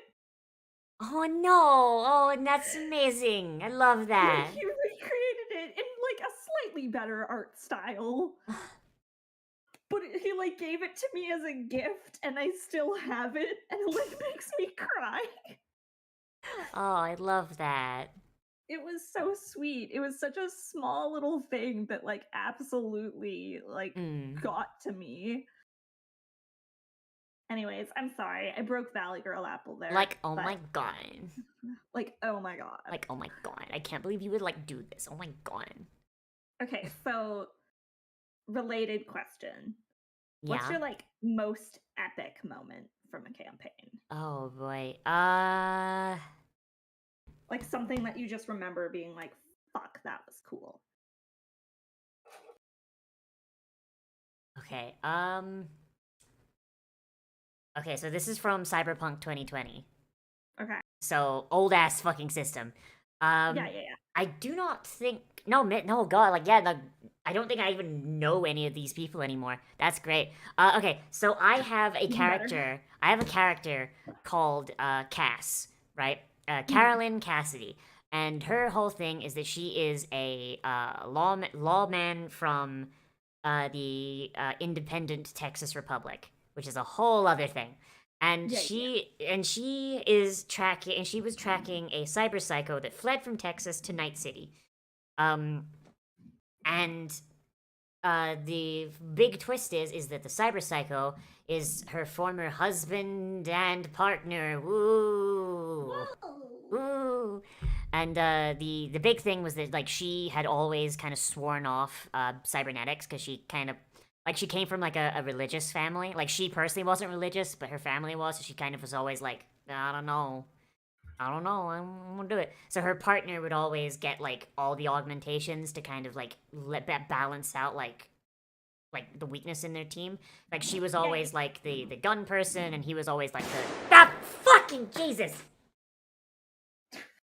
Someone played a very loud bang in my sounds, and it scared the shit out of me. No. Ah. I mad respect to you or to anyone who has like sound alerts that can be like really loud sounds or anything like that, because I can't do that shit. Like I get way too easily freaked out. That actually scared the shit out of me. But yeah, like, but her whole thing was that she was like the marks for like she had like a dummy high reflex score. It was like as high as it could be, so she was like really excellent. He was like always very strong. Eventually, he went cyber psycho and went to Night City to flee because he'd gone fucking insane, and she was sent to take him in, and that was like her whole plot hook. We went through several things where she teamed up with the other guy. I think it was like we had a solo, which is basically just a fighter. I think we had a corpo, which is kind of like, God, I don't even know what a corpo. I think corpo is kind of like a warlock kind of thing, but you know, with corporate shit instead of demons. I mean, not much difference there. And I think we had Go on. Yeah, and I think we had a rocker boy, which is basically a bard. Okay. And so like we had to go through the whole thing, and I would always, and every gig we did, I would get like a little thing where like I would find like some clues or something that he'd been involved. Basically, like every single one of our personal stories was involved with like the chain of gigs that our characters would go on. And eventually we'd solved everybody's thing but mine. And it turned out that the cyber psycho boyfriend, he'd leveled out a little bit, but he was still kind of like not right in the head. Like he had like this disassociative kind of paranoia, and he wanted to basically blow up Night City because he believed that it was something. I think it was like that, like the Illuminati was controlling Texas from afar from Militech Tower or some shit like that. And so we get into this big fight with him and like a bunch of robots that he'd hacked and all that, and my character, like I went like full like cowboy thing, like with the theming, so my weapons was a lever gun and a revolver. Yeah. In a world with fully automatic rifles. So already, you know, that's going at it. And she kind of has this thing with the party where she's like, leave him to me, you guys take care of the robots. So they went at it. Want to take care of him. And the fun thing about Cyberpunk is when you hit 0, you go to death saves, or you don't go unconscious. You're still conscious while you're doing your death saves. So he has this chainsaw arm, which is an actual thing in 2020, and I wish they'd put it in red, because god damn it.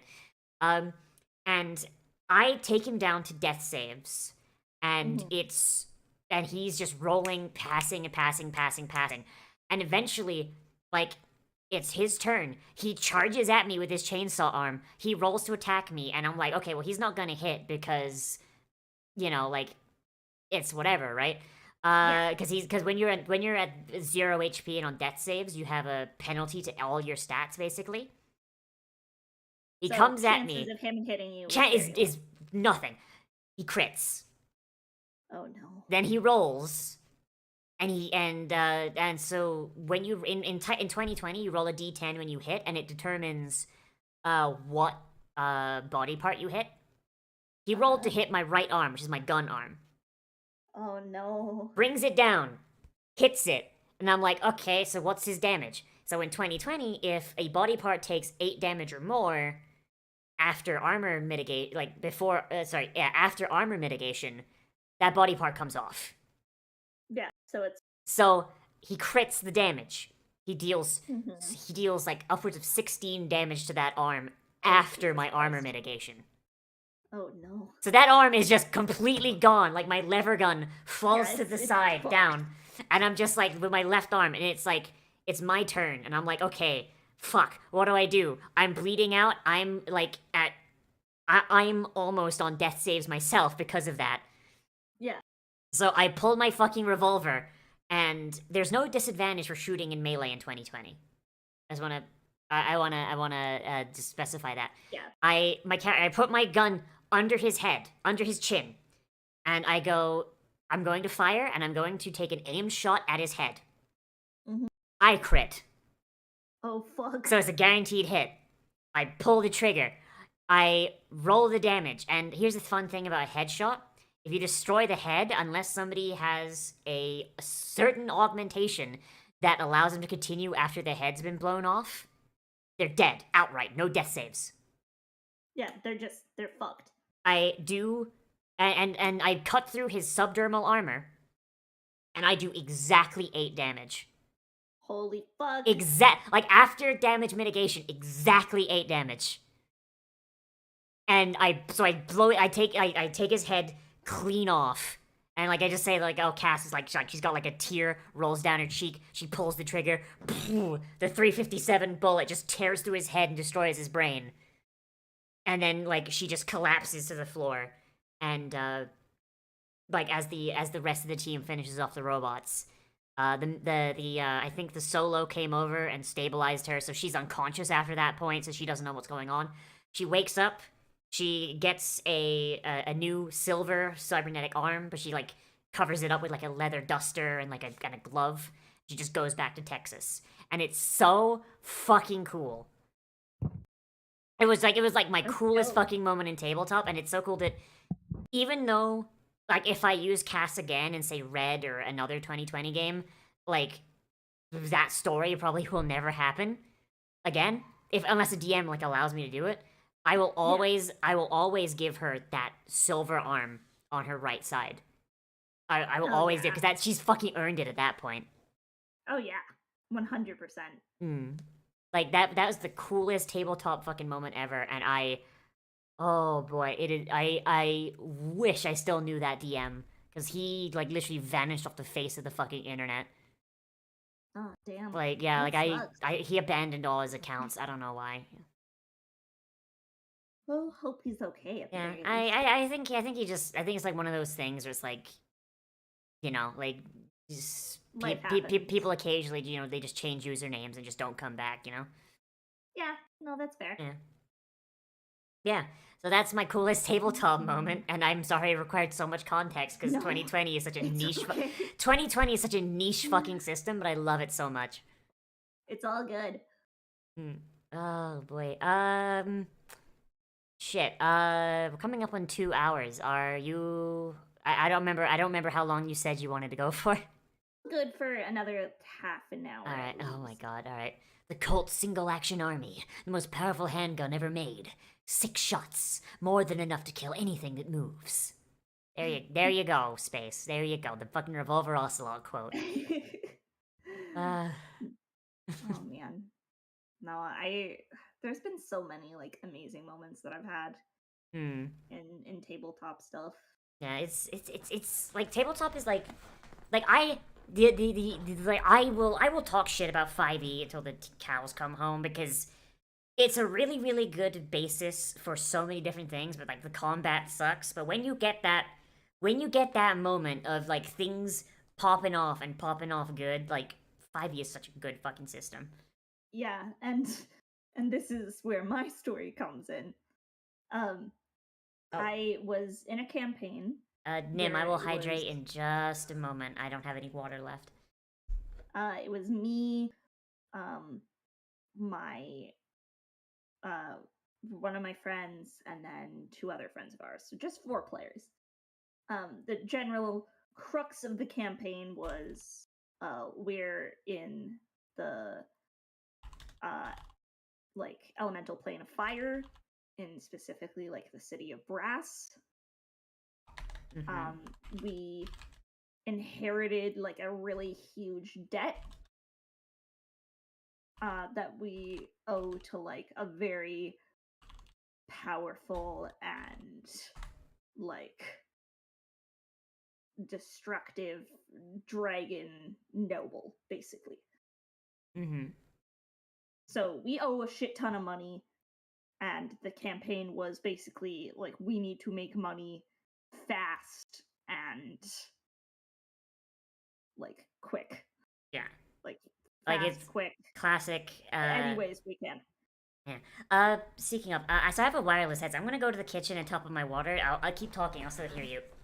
Okay. So we had this campaign. I was playing at the time a Phoenix sorcerer who I had like a bunch of kind of I very specifically like took feats and chatted with the DM about like taking the elemental adept feat twice to overcome like immunity to fire to treat it as resistance. So like she was a fire maid designed to fucking like hit folks who were immune to fire.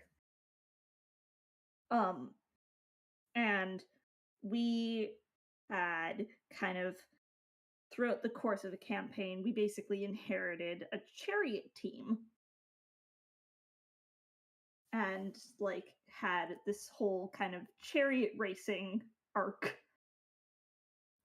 where we had this team called the Hellfire Riders, and Well, I'm sensing a theme here. yeah. Time for it. Okay. I will hydrate. I'm just taking a big sippy. So we like had this chariot team where it was like our rogue party member who would be like the driver, and then the rest of us would kind of be like on the chariot, either like assisting in kind of the combat portion of it,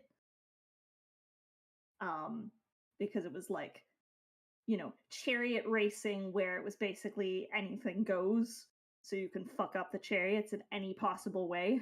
So basically, you were just fighting in like fucking like 8th century Byzantium. Then holy shit. Yeah, it was so fun. And because I was playing a sorcerer, like I had our big damage. I cast fireball at the enemy chariot. So we had this one fellow rider, like chariot racer slash just general thorn in our side throughout the entire campaign. Who like his chariot of sorts was basically like a kind of flaming hoverboard. A flaming hoverboard. Yeah, it was like it was basically he'd kind of hover off the ground. He was like a lot faster. I would assume so, because no friction.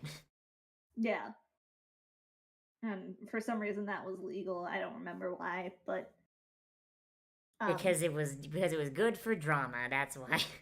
So like we had several moments in the campaign of already like having trouble with this guy. My character in particular had like a big run-in with him where basically like she was trying to find out information about like a kind of temple to a phoenix, because she was trying to gain like basically a phoenix's blessing for her own personal story. And he like tried to fuck her, and she was Well, like, that not that having fucking that escalated. shit. My god. um, he was just like a creepy dude already, and then, you know, Yeah, just so like that fucking guy from Megamind. yeah, so the party already had like a lot of reason to like not want him around. Mm-hmm. But my character in particular was like, I'm gonna kill this bitch. Like, and so we had one of our chariot races, and it was kind of like the penultimate race, where we were gonna be getting like a huge cash prize. It was like a tournament thing. So it's basically like, okay, if we win this, like we're gonna have like a bunch of money towards Yeah, our debt. like it's enough to retire kind of thing. Like we need to win this, because if we don't, like we're going to be severely behind on the amount of time we have Mm-hmm. for our debt, and severely behind on the amount of money we have. Oh boy. I imagine it the was like- races had an entry fee, I imagine. Yeah, like we needed this basically. Mm-hmm.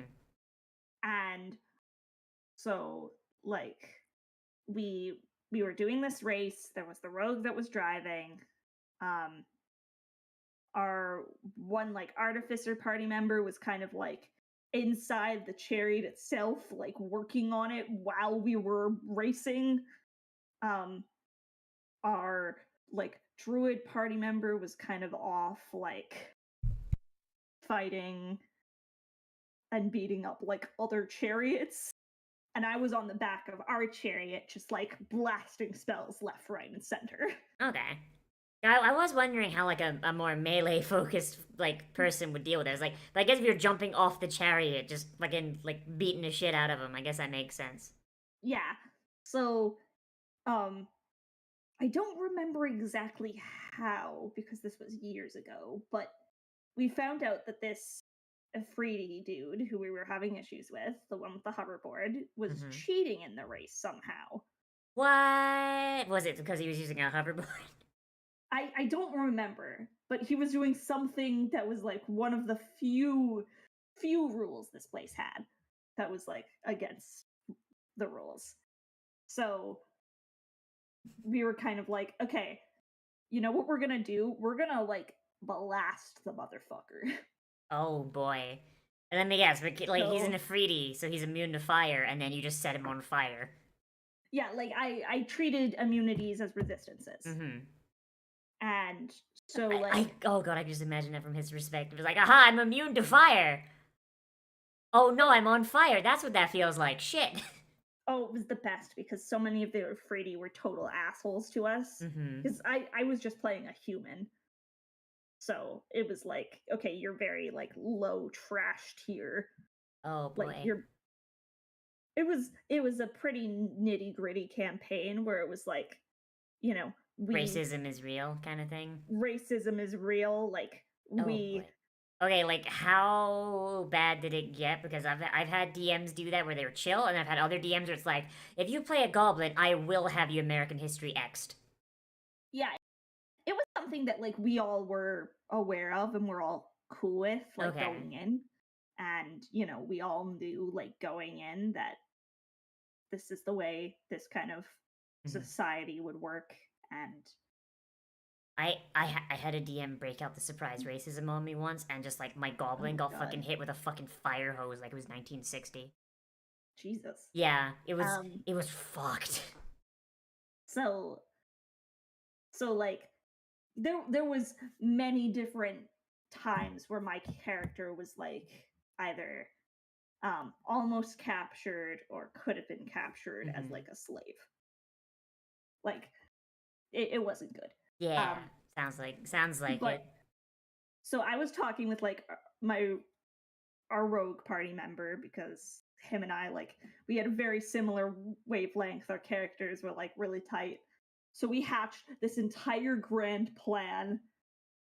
We're like, you know, we're doing this whole combat, and in the meantime, like, we're texting each other talking about like this grand plan because we didn't want to say anything in front of the DM. Oh, that's great. Fucking, And sorry. I had a thing to just quickly say about that. Fucking, I told players that like they shouldn't be like DMing each other on Discord. They like just does metagaming kind of thing. You know what they fucking told me? Mm-hmm. They said we'd like What? to go to the market, please, because it was kind of downtime. You know what they did? They bought fucking sending stones. And I couldn't argue. That was too good of a response. Fair enough. I was like, fair enough. All right, it's not metagaming anymore. No, I don't like doing that, but it was one of those things of like, okay, if we say anything to our DM, like he's gonna absolutely going to use this against us. Yeah. Sorry, So that just reminded me. Sorry. Yeah, no worries. We came up with this entire grand plan of like our chariot was at this point in the race like completely fucked, even with our artificer like working on it. So it was like, okay, I'm going to just fully charge a delayed blast fireball. Oh. Our rogue, because he has evasion, is going to grab it and like hurl it kind of in between our chariots. And like it probably will hurt our rogue very badly, but it will also completely fuck up this other guy's like hoverboard thing. You just fucking, oh my god, you just fucking car bombed him. Oh my god. Yeah, so it was like this entire like full several rounds of me just charging this fireball while we're avoiding shit left, right, and center. And then like me jumping into the driver's seat, handing the fireball to our rogue like jumping and tossing it to the ground like a giant fucking like football of fire, it making this huge explosion that like fucked half of our chariot but pushed us just over the finish line. Oh my god, you rocket jumped destroyed- the chariot. Oh my god. completely destroyed this other chariot and like completely murdered the dude. Oh, the guy probably saw the fireball. It was like, ah, fire. Lucky I'm immune. Oh, Jesus! Like, fucking just evaporates like fucking perfect cell. And it was just like this perfect moment of like all the pieces coming together. Like all the Afridi in the audience, because Afridi were like the biggest assholes to our party of like slave races. God, especially because they've watched you kill one of their own with the fucking element so that makes them like, alive. Like, holy shit. Like me and the rogue character like going to the audience after winning, just being like, let this be a lesson to anyone who dares fuck with us. Oh my god, that's fucked. Oh my god. And it was like, oh, it felt so good. That does remind me of a story a friend of mine told. Because this isn't my story, it's a friend of mine's story. Where he was playing Cyberpunk Red. And so how much of Cyberpunk do you know? Like very basics. Like, have you played the game at all? Like 2077? I haven't. I want to at some point, but I haven't. So in Cyberpunk, there's these people called nomads, which are basically people that, so the entirety of like the American bread basket, like the bread bowl, and it's like all that, complete fucking dust bowls, like because basically corporations bought out or basically stole land from like the families that lived on the farms, and like a bunch of other stuff, but basically a large portion of the United States is no longer inhabitable, and the people that used to inhabit it, they've taken to basically being like, basically Mad Max traveling across the desert kind of thing. And some of them are very, very tribal, and all of them very, very much care for their cars, to the point where if you play as a nomad, 99% of your skill set is cars. Right? Okay. So a friend of mine was playing, and he'd never played Cyberpunk before, and he barely knew the lore, and he kind of played it off by playing the executive class, which is basically just, well, I mean, I already said, it's basically the red version of the corporate that I mentioned before, except it's a little different. So they had to beat a nomad in a street race in order to get access to some sort of MacGuffin. I don't remember what it was. And so you know what our very, very smart executive did? He fucking slashed their tires. Oh, okay. He slashed the tires of a group that worshipped cars. Oh no. Yeah, needless to say, they won the race, but then when the nomads found out that, like, they'd basically been racing on blown out tires, they did not get what they wanted. In fact, they had to shoot their way out. Half the party fucking died. The only reason the executive survived is because executives have an ability called, oh god, I forget what it's called. I think it's called, like, synergy or something. Or basically, they get 2 NPC minions to control that are basically bodyguards. And this guy basically left his 2 bodyguards to die while he fucking ran. Damn. Yeah, like the rest of the party all fucking died. And he was left alone with his 2 bodyguards. And he just left his 2 bodyguards to die, jumped on a fucking motorcycle that the nomads brought in, and fucking went. And just Respect. I yeah. guess. So like so like then like the rest of the party kind of was like, well, our characters are all dead. The fuck do we do? And the DM was, and so the DM just kind of pivoted their entire campaign for whatever it was to this executive trying to escape the wrath of this fucking nomad clan, like, and all of the other players, like new characters, were just like people that the executive hired on using his synergy skill to try and like keep his ass alive, I kind of love that. and like I do love how like a character death or like a TPK can really just completely alter a campaign. It's what I love about Cyberpunk the most, just because in Cyberpunk death is cheap. Like one failed death save is your character dead. But also if Yeah. your head gets destroyed, you're dead no save. And That's like something I really. Oh, sorry. sorry. No, you say your thing. I was just gonna say that's something I really don't like about D&D, and It specifically takes so 5e long to because die. that's what I have the most experience with. But like it's very hard to die. Yeah. It's why I like Cyberpunk so much. Like if I could trade every D&D game I'm in for a red game, I would.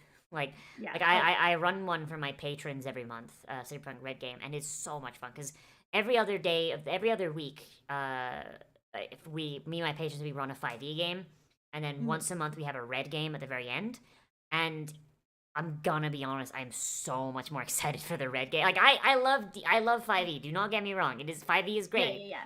But there's just something about like the like week to, because like Red doesn't really do campaigns. It's more you have your independent character driven stories, and they're framed around like gigs that you take from fixers or like a mission that crops up is like something you need to do. And just the ability to just like on the fly, just like week to week, be like, oh hey, you pissed off this gang last time, and here's the thing, or hey, you discovered a thing that ties into your story, so instead of a gig, you're going to be helping this character find their missing parents, like, you know, boom, boom, boom, like, it's really fucking cool. Super dope. Yeah, what if I did alternating weeks Cyberpunk versus 5e? That'd be hard, because I'm gonna be honest, I don't want to... Like, I want to get Rime of the Frost Maiden complete, Mystic. That's why. Because you're like the party is only in fucking chapter 2. You know. Again, there's like 5 chapters of that fucking campaign. Yeah. But yeah, like 5e, I feel like fucking 6th edition or 5.5 or whatever the fuck they do. Because I know the next edition is just gonna be 5e but more. Like that's what they've said. It's just they're just going to expand on what they already have with 5e. But I really wish they would implement more rules that made it easier to die. And I like just like 3 failed death saves. Like you've got like a 50-50 chance. You've got a 50-50 chance of you're basically flipping a coin 3 times. And it's just like 1 death save's enough.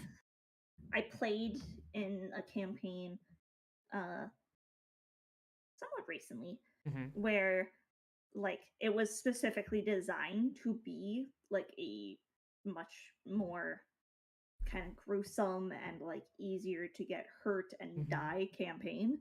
Hmm. Like we had an injury system and everything. Oh yeah, Grim Hollow has something like that. Every time you go down in Grim Hollow, there you roll on the grievous injury table, and it can fuck your character up. Like you can lose an arm, you can Yeah, die we outright, basically shit had like that. Yeah. where it was like if we got crit or if we went like dropped to 0 at all, we'd roll on the injury table. Like there was kind of, for whatever type of damage, there was different injuries based on that. Mm-hmm. So I had a character that like, and granted we never properly finished that campaign, but That happens a lot. ended that campaign with a lot of fucked up shit. Like she was missing an entire leg, Oh. and had like, and this was something different entirely, but had basically like a void shadow leg Oh, that's in its cool as hell. place. That's cool as hell. I love that. It was like a weird, like demonic magic item thing Mm-hmm. that kind of took hold of her body. She also like had part of basically like the tip part of an axe just permanently embedded into her skull. Oh, like fucking Big Boss? That's cool. Yeah, this was a lot smaller and I didn't care, but she also had a groin injury where she could never have children. Ooh! Yeah, that was what was rolled. Ugh. I mean, I Hmm. didn't see her as the character that would ever even really get into a loving relationship, Don't you bonk let me. alone have kids. I'm not the So- one talking about fucking punctured labia. Jesus Christ. It was just what was rolled. Yeah, fucking Mystic just redeemed a bonk on my fucking. There's a bonk on mine if you want to redeem it on my end too. But and even in that entire campaign, I think we had characters go down, but we never actually had anyone die. Hmm. Fine, I'll just do it for you, Mystic. God. There. Yeah. Like even. Now I'm getting bonked. Yeah, but even in Grim Hollow, I'm gonna be honest, it's really difficult to die. Like going down is one thing, like getting grievous injuries is another. But like yeah, like through the entire Grim Hollow campaign that we used to have on Saturdays that unfortunately ended last week because of player drama, we only had Mhm.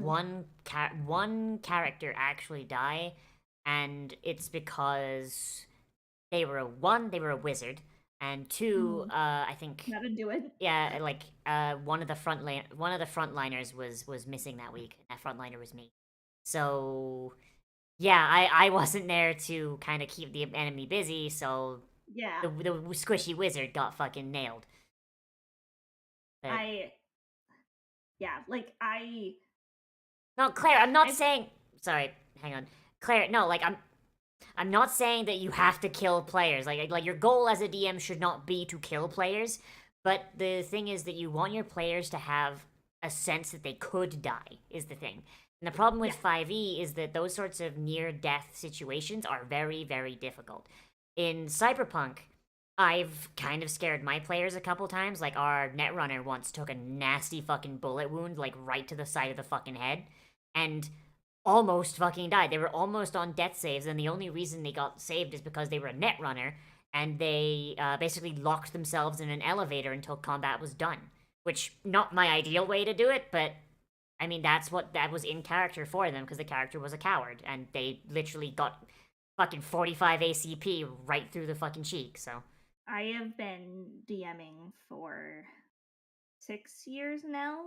And in that entire period of time, I think I've killed 6 characters. Yeah.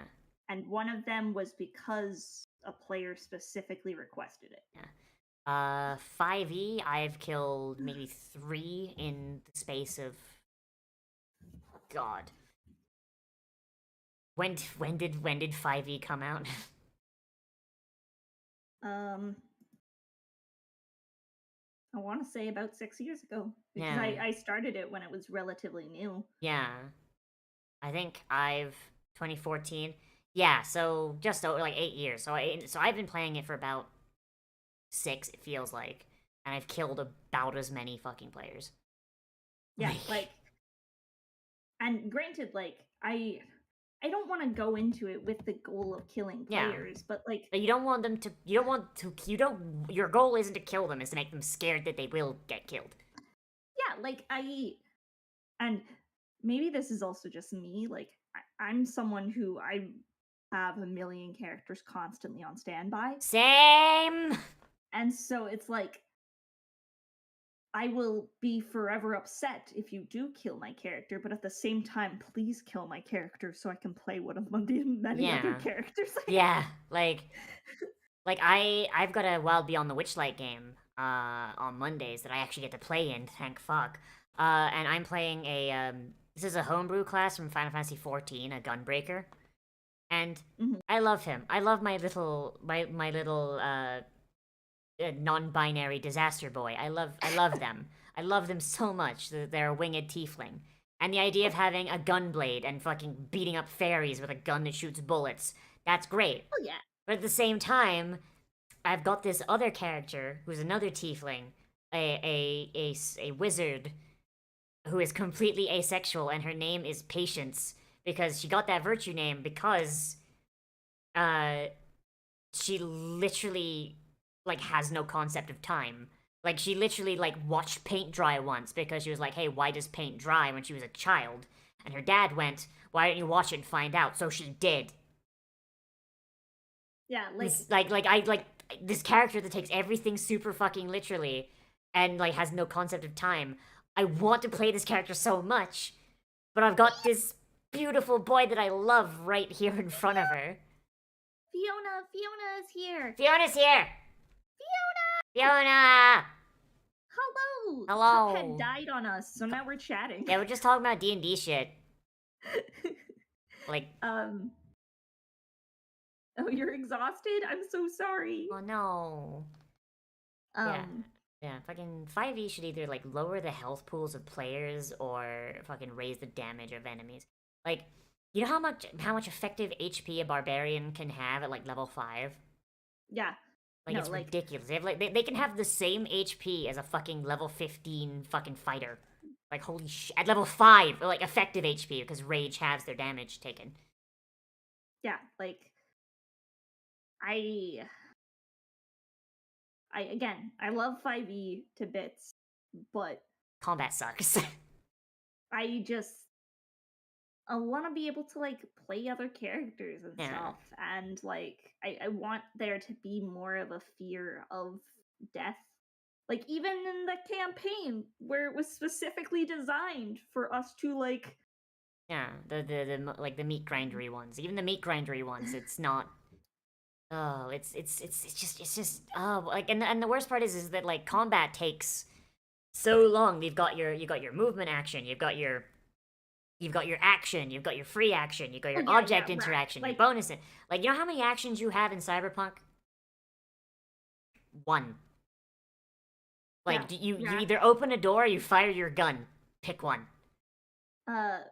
rack, like that's the thing. Like if it was I'm just genuinely not having fun playing the character, like I would just have them leave Yeah. for one reason or another. But like the Oh. issue is the fact that I'm usually like, yeah, no, I love this character.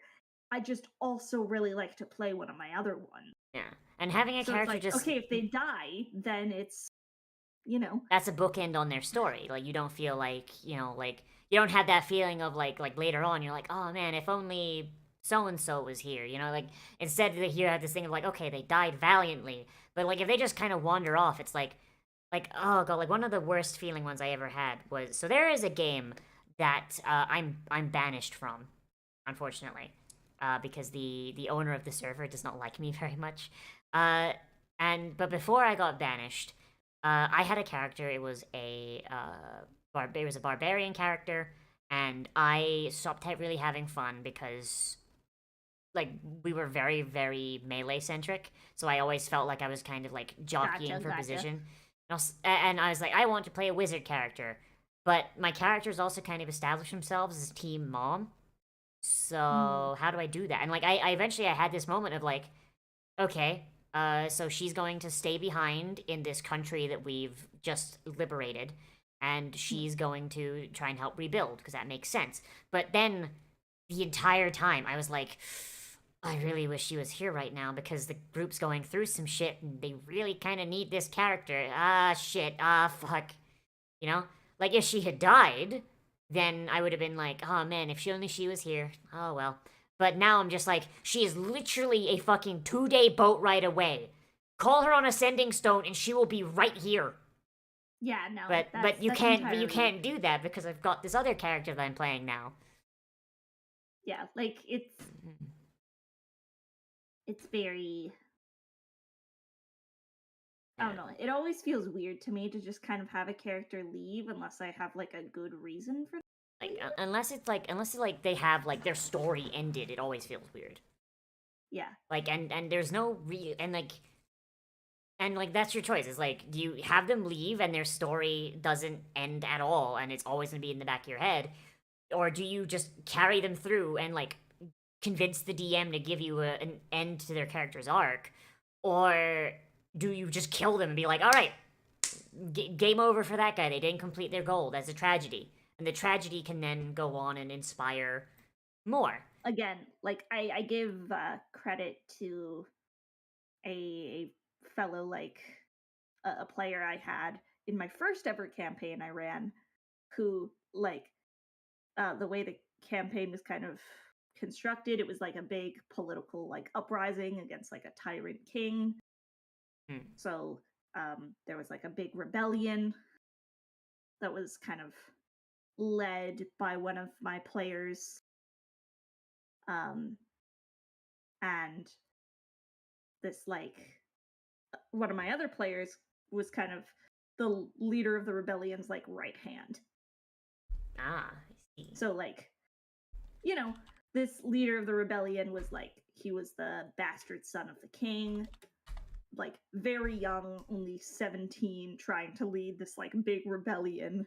He's doing his best. And then there was like his best friend, kind of Whisper, this cat girl who was like, okay, you know, you're the face here, but like I'm going to be the one that keeps you sane because you're an actual child. And, Yeah. you know, like, yeah. Oh, boy. helps you out. And like the player asked me when we were like midway through that campaign and things were starting to like get really heightened. He was like, okay, I want you to kill off Whisper because I think it would be really good, like a really dramatic, like big moment. Yeah, and the fact they had to ask that instead of that happening naturally, though, that really does show like the weakness of 5e. Yeah, it was, on the one hand, it was kind of like, yeah, you know, I appreciate the fact that you see that would be a really good story beat, and like, which are pretty, it can awesome. happen naturally. But yeah, it's also a big shame that, you know, even with me trying to throw threats at you guys that are big, like, they're not big enough. Yeah. Clearly. Like you need to like exceed the CR by like fucking twofold before. Like you need to be like having ridiculously high fucking CR for there to be even a threat. But by the time you reach that level of CR, it's like, okay, so these no-name chucklefucks are going against like lesser draconids. Have fun. Like that makes no fucking sense. Like the shit that makes sense for people to be fighting, there's no CR. Here's your group of level 6 players, and they're going up against a Tarrasque, you know? Yeah, like, that's the only real way to give, like, danger. It's ridiculous. Like I don't like giving Matt Mercer too much credit because he does a lot of stuff I disagree with, and a lot of what he... Sorry. Thank you, Fiona, for the biddies, and no, I don't think you have shown me your special 3.5 supplement. Oh, I know what she's talking about. Anyways, go on. But yeah. So yeah. So Matt Mercer has basically he's a good DM, but he's also very very emblematic of a lot of the shit that's wrong with 5e.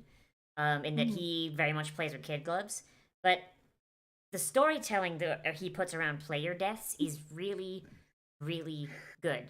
But at the same time, hang on, Mystic. oh, but at the same time, if you notice, like in the history of Critical Role, the only player deaths that have actually happened are ones from either player incompetence or a player wanted to move on, and so Matt killed their character. There we go. Sorry, Mystic was like, place a bonk on Fiona, and I still have like a little image of Fiona from something that we did. Oh, the Fiona like, ages plushie. ago. So I have like little Fiona in the corner getting bonked while we're talking now. I'm sorry. Oh boy, but yeah, like there was that one tiefling blood hunter who died from because he wasn't paying attention to his HP and his blood maledicts. Mm-hmm. And then there was Bertrand Bell, who was an older character that got brought in because his player. I'm sorry, Fiona, I love you. Because his player didn't have his stuff ready yet, and he got killed in a cutscene, basically. Like both times, like those have caused like really massive like plot things in Critical Role that have actually been really interesting to watch. But the fact is because they're in 5e, it basically had to happen due to player negligence, or literally the fucking player left, so the character had to get killed in a cutscene. Yeah, like which like is it sucks. really shitty. Yeah, like imagine if fucking I don't fucking know. Imagine if that stupid fucking Crystal Punk guy in Campaign 3 got his fucking head cut off in Session 1, like he almost did, but fucking Fresh Cut Grass has, like, infinite fucking healing words, because he's a cleric. Fucking, you know, like, how fucking cool would that be if, like, Session 1 of fucking Critical Role, like, the Barbarian just gets his head sliced the fuck off? Like, yes, it would suck for that player that they would need to go and like make a new character, and they'd have to get like a lot more art done. But the thing is, it's Critical Role. They make infinite fucking dollars. They can afford to commission another artist. Oh yeah, no, 100%. Like shit. And it's just a really big issue with 5e that they need to either lower player health counts or they need to raise the damage of basic enemies. Yeah, no, I rarely will throw an enemy at a party now without like giving it some sort of homebrew buffs. Yeah, I use Kobold Fight Club a lot, and what I use Kobold Fight Club. A lot of what I'll do, I'll either make sure that the fight is about a danger level higher than what I intend, or I will change out the items. So my Thursday game, Descent into Avernus, they were kind of breezing through the Baldur's Gate section. So I created a side quest where there's a mansion where they've basically before the campaign started, they got together and they heard that there was a cult working in the basement there to summon a demon, demon. And they went and they stopped it, but they also were, because they interrupted the ritual, they were bound to the ritual. So now the demon is still in Baldur's Gate, and the only way for it to be banished is if they kill it or they die. So after they had dealt with like all of the Flaming Fist stuff, before they went off to Avernus, they had to go fight this creature of Baphomet, and it was a Tanaruk, which is a very high level demon compared to what level they were, because they were like level 3. And a Tanaruk is like intended for like, I think it's like CR9, I think. And I don't know when I'll do it, if I'll ever do it, but I'd still really want to start a campaign because, and this is a fun fact for everyone, if you don't know that this is a thing, there is a real Wizards official D&D 5th edition item that is a Scroll of Tarask summoning. Yes, it is. It's in the Icewind Dale. It's an Icewind Dale ending. It's great. Where it's just, you can summon a Tarask. It doesn't obey you or anything. It's just a fucking Tarask. Yep. So it's still just as wild as a Tarask is. And yeah, and that's one of the valid endings for Icewind Dale. It just kills the party and fucking just rampages across the Dale, killing everyone. I've always wanted ever since I heard about that being a thing. Just start a campaign that's just, okay, you guys are level 1. You're in a village. Someone got a hold of a scroll of Tarask summoning in a town about, like, maybe a few days away. The Tarask is heading this way. What do? Good luck. Session start.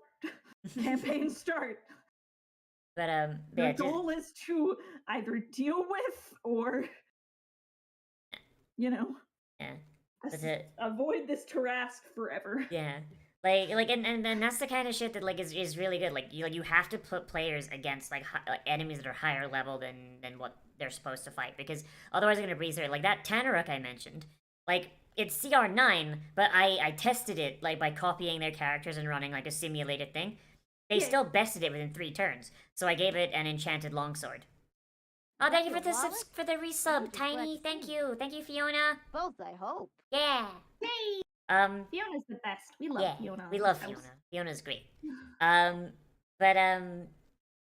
So I gave it an enchanted longsword called Shatter Spike, which does additional damage to doors, which is something that they really needed because they didn't really have someone who could lockpick except for their artificer.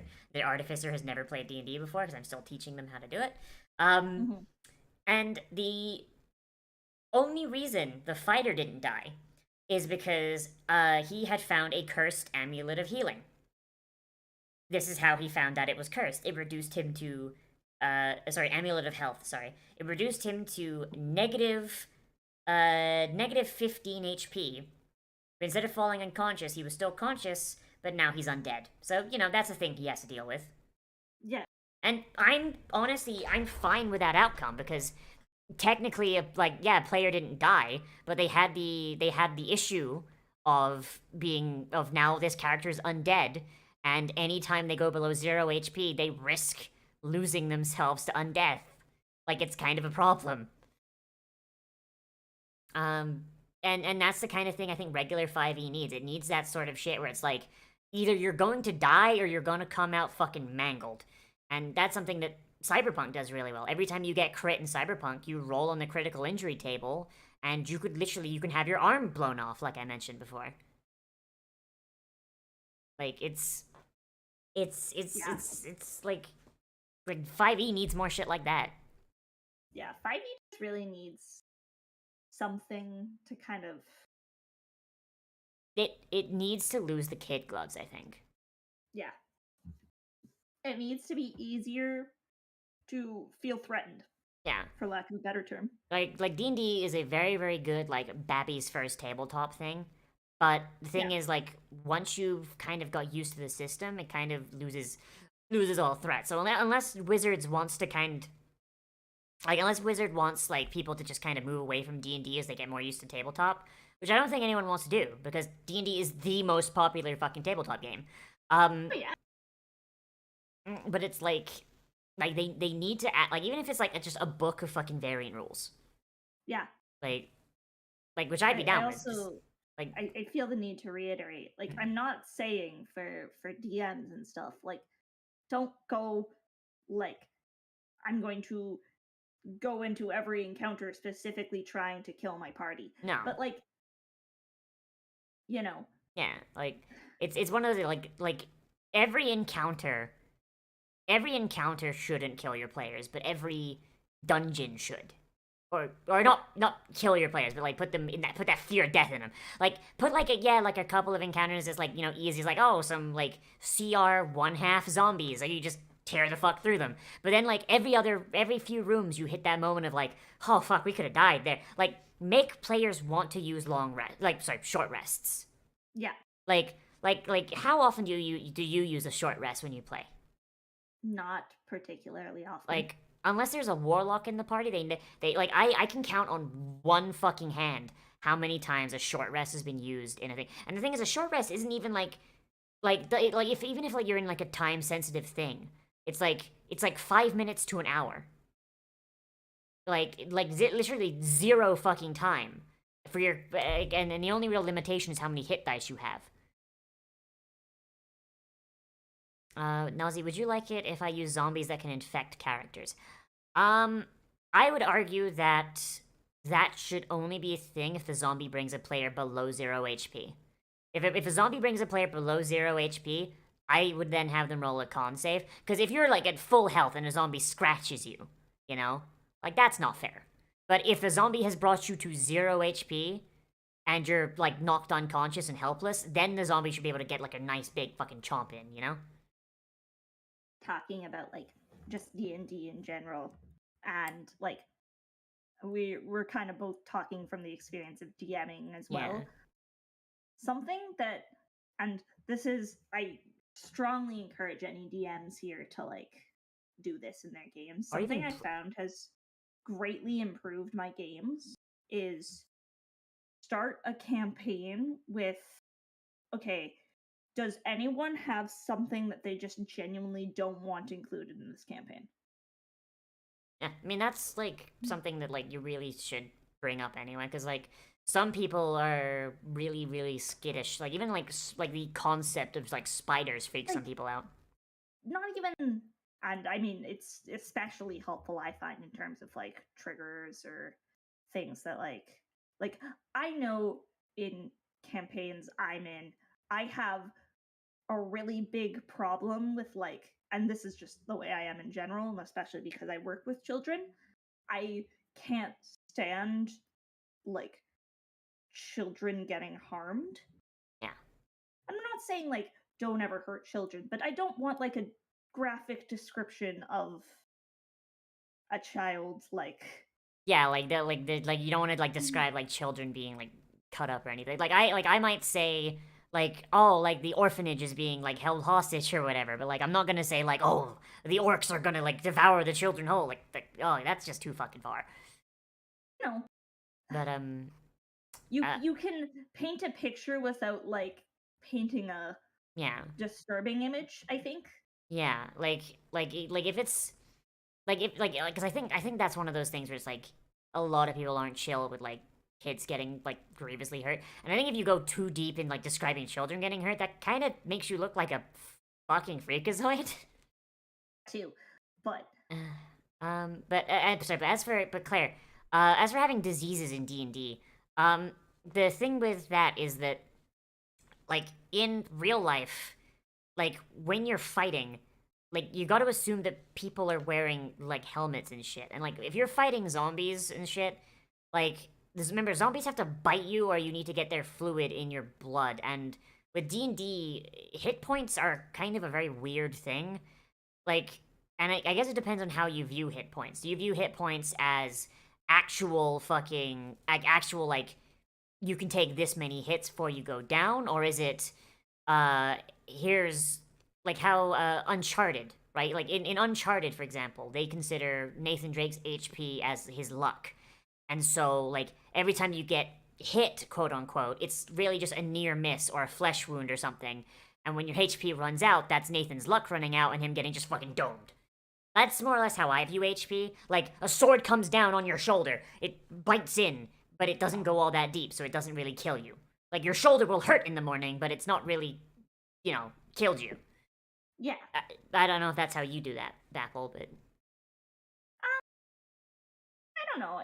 I'm kind of in a weird, like, little bit of that, little bit of not. Like, Where it's like, yeah. oh, like, sorry. No, sorry, I was gonna say, like, yeah, like, I'm just, like... Because otherwise, because you know what, like, because HP is a measurement of how many 103 millimeter howitzer shells it takes to kill your character. Did you know that? Yeah. Yeah, like it's a system that is very, very archaic and is literally just a holdover from like days where HP didn't measure an individual character; it measured a platoon. So, you kind of can't have it be like your character gets riddled with like 16 fucking arrows like they're fucking Boromir. Like it needs to be like hits that don't breach the skin, very near misses, or like a very light scratch. So if you want to add diseases in, like you kind of need to like and like keep that in your mind. And if a player is like at 100 HP and they get scratched once and it's like, you have tetanus, and AIDS. It's like, well, like, bro, I only took like 2 damage. What the fuck? Yeah. Just want to throw out there that I'd love to. I'm sorry I D&D interrupted game. you. I just wanted to address Claire's No, problem. no. It's all good. I'm reading what Fiona's saying in my chat. I where should probably she's open saying your chat. She wants to do a Goblin D&D game with Goblin VTubers. That'd be super fun. Shit, hell yeah. I still, and I've got people in mind. I still want to do a Wildermyth collab where it's just all goblins. I'd be down. Yeah. Tiny's invited. You're invited. Hell yeah. Claire said that she'd be down if you want her. Hey. What Hey. are my thoughts on magically conveyed diseases? Do we mean like stuff that's passed by a curse, or are we talking like werewolf bites? Because werewolf bites, I mean that's just kink. I mean that's is so good. Sorry. I will sing the Wildermyth's praises till the day I die. I mean, it is then one of I my guess favorite I guess I will look forward to it. games. But yeah, like werewolf bites, hot. Vampire bites, kinky. What scale are we talking about? Are we talking about this like in terms of a D&D setting? Are we talking about it and how arousing it is? Like what's no. I mean, I'm mostly memeing. Like I don't know like how much of my stuff you've seen, but I'm Ace, but I like to make fun of like people who are like kink lords. Heyo, it's me. Like some necromancer sneezes in my face with a magic necrovirus. I'm not a big fan of that because I feel like it takes a lot of agency away from players. If it's something that you can make work and the players are fine with it, then that's whatever. Like that's the thing with D&D. Consent is king on that one. If players are down for that sort of thing, then yeah. I personally don't like it very much, and I probably wouldn't use it. Like if you get bit by a werewolf, then yeah, fucking roll Constitution save, motherfucker, or get lycanthropy. If you get drained down to 0 HP by a vampire, sorry, motherfucker, you're waking up next time with like wanting to break open your party members like fucking Capri Suns. Well, I don't remember if this is the actual like how it works in D&D or in 5th edition, or if this is just something that like me and my friends have always done. What? But every single time I've had lycanthropy come up, it's okay. You can make a con save, and then from there, it's do you want to resist it? Like, do you want to try and resist this? That's usually how I do it too. Because you can try, or you could just be like, "Fuck it." Yeah. Nah, I'm a werewolf now. I honestly there was one game I did, and I really liked the way I did it. Like, I don't think I would ever do it again unless the players were down. Where I would take a look at the player's stats, and I would then determine whether they get a save on the lycanthropy or not. So, like, if somebody is like very, very weak in Constitution, then they don't get a save. If they've got between 10 to 14 Constitution, they don't get a save. If they've got higher, they get a save. If they've got less, the save is to not die. The important thing with stuff like that is like if you're going to kind of take away a player's anatomy in that way, make sure that they have the ability to like, if they can't resist it, like easily kind of cure it. Yeah. Like if they really don't want lycanthropy. Yeah, like I said, like this would be something that I'd have to clear with them like before the game even starts. Like, there's going to be lycanthropes in here. Here's the rules as they stand. Are you cool with that? And if they say no, then I'll just use the default rules that Wizards gives. On that note, in D&D isn't 10 an average? Yeah, and your average person can't resist lycanthropy. Because lycanthropy is really fucking strong in D&D. Or at least, like, narratively it's very strong. Somebody who has, like, a borderline superhuman constitution probably could fight off the disease. Somebody who has a very weak constitution, like, say, less than 9, or 9 or less, they probably would just fucking die from it, from how, like, it's basically like how people that are immunocompromised just die when they get a cold. Yeah. Yeah, like, it's entirely just your immune system, how that works. Yeah. What are my thoughts on role-playing sound-obsessed Slaneshi Space Marines? I've never played a 40k tabletop game. I would like to. Just so I I can was play. invited to one at one point. I'm Hmm. not sure what happened with it. It I never. It was never like I was really went added to a Discord server. Fiona, what the fuck are you sending me? I'm sorry, I got a notification on Steam that Fiona has sent me a gift, and I'm like, Fiona, what is this? Oh no. Oh god, oh fuck. Fiona, you spoil me too much. Fiona, what the fuck? What is it? What is it? Star Wars Battlefront 2. Hey, another one. Fiona! Fiona really likes playing that. The only issue is it doesn't want to work with her PC very well because EA servers suck. Yeah, I don't know how well it'll function on my laptop, but maybe once I get my nice PC. Maybe. But yeah, It is relevant today. You're right. Oh, it is. Shit, you're right. Fuck, I was gonna say something. Oh shit, have you ever seen the Grim Hollow transformation rules? Because they're way better than the fucking vanilla ones. I don't think I have. I should look into them. I don't know if I have Mystic. Oh, Mystic went to shit. When Mystic wakes up, I'll see if she still has the PDF and I'll send them to you. But basically, like, there's levels. No rush. There's levels of them, and there's Lich rules, there's Vampire rules, there's Werewolf rules, there's becoming a devil rules, like having your soul taken by a devil and becoming a fiend. All sorts of different fucking rules for transformations. There's one where your character dies and becomes a ghost. Yo. Like, there's so many cool fucking like rules that. for it. I am so fucking, like, it is so fucking cool, and I really want to, and I use them in my games. Like, if someone like says they want to become something, I'm like, I those are the rules I break out. Like, I want to fucking play again so I can use those rules, but like, either I can't find a game or everybody wants to use Roll20, and I hate Roll20 so much. Roll20 is really like one of the only things I have experience with. In that regard. I use Foundry personally. It's kind of like just Foundry, better. I've heard, is good. It's better Roll20, and it's a lot more modular. Yeah. Yeah. Sorry. Tailspire is apparently good. Oh, sorry. I hate to be that bitch. It is Oh shit! Late my time. Yeah, I just noticed. How long we've been going. I'm sorry. Oh my god. Okay. I got distracted too, and then I was kind of like, oh man, I'm yawning a lot. And then I looked over at the time, and it's like almost 10 my time, and I'm like, oh fuck, I need to be up in 7 hours. Oh shit, I am so sorry. I should have kept better look at it. Okay. It's all good. I've been having fun. Yeah. Okay. So, you want to tell my chat where your stuff is? If you haven't figured it out, I'm Appleseed. I'm your friendly neighborhood Goblin Druid. You can find me at twitch.tv/lilappleseed or on Twitter at littlebappleseed because Little Appleseed was taken for whatever reason. That's mean. So I'm Little Bappleseed on Twitter. But if you like to just hang out, have a cozy time, watch me struggle at indie games and make dumb, cute noises and sing a lot, you'll probably like my content. Yeah. So.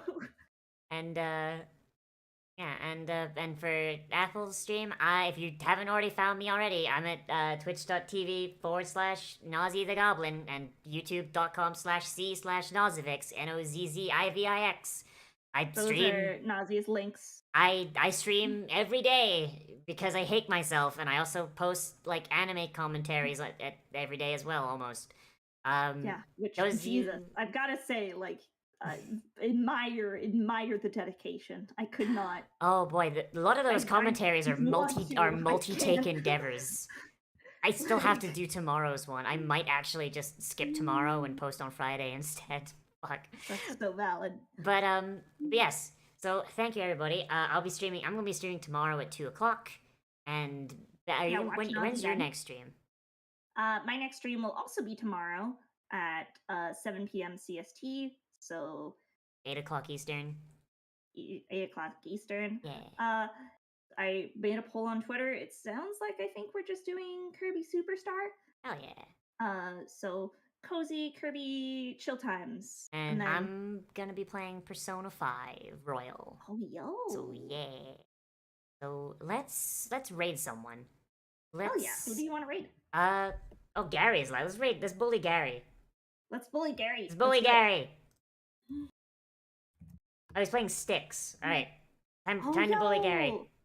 Yo, I've been wanting to play sticks. I'm terrible at sticks. All right, prepare for bully. Okay, wait. I can't type fast enough for this. Ah, shit. Oh, fuck. Fuck. No. Fuck. Ready, bully. Okay, bullying prepared. All Thank right. you guys for hanging out. Bully is. Y'all are lovely. Bully is go. Bully is go. Bye, guys. Bye.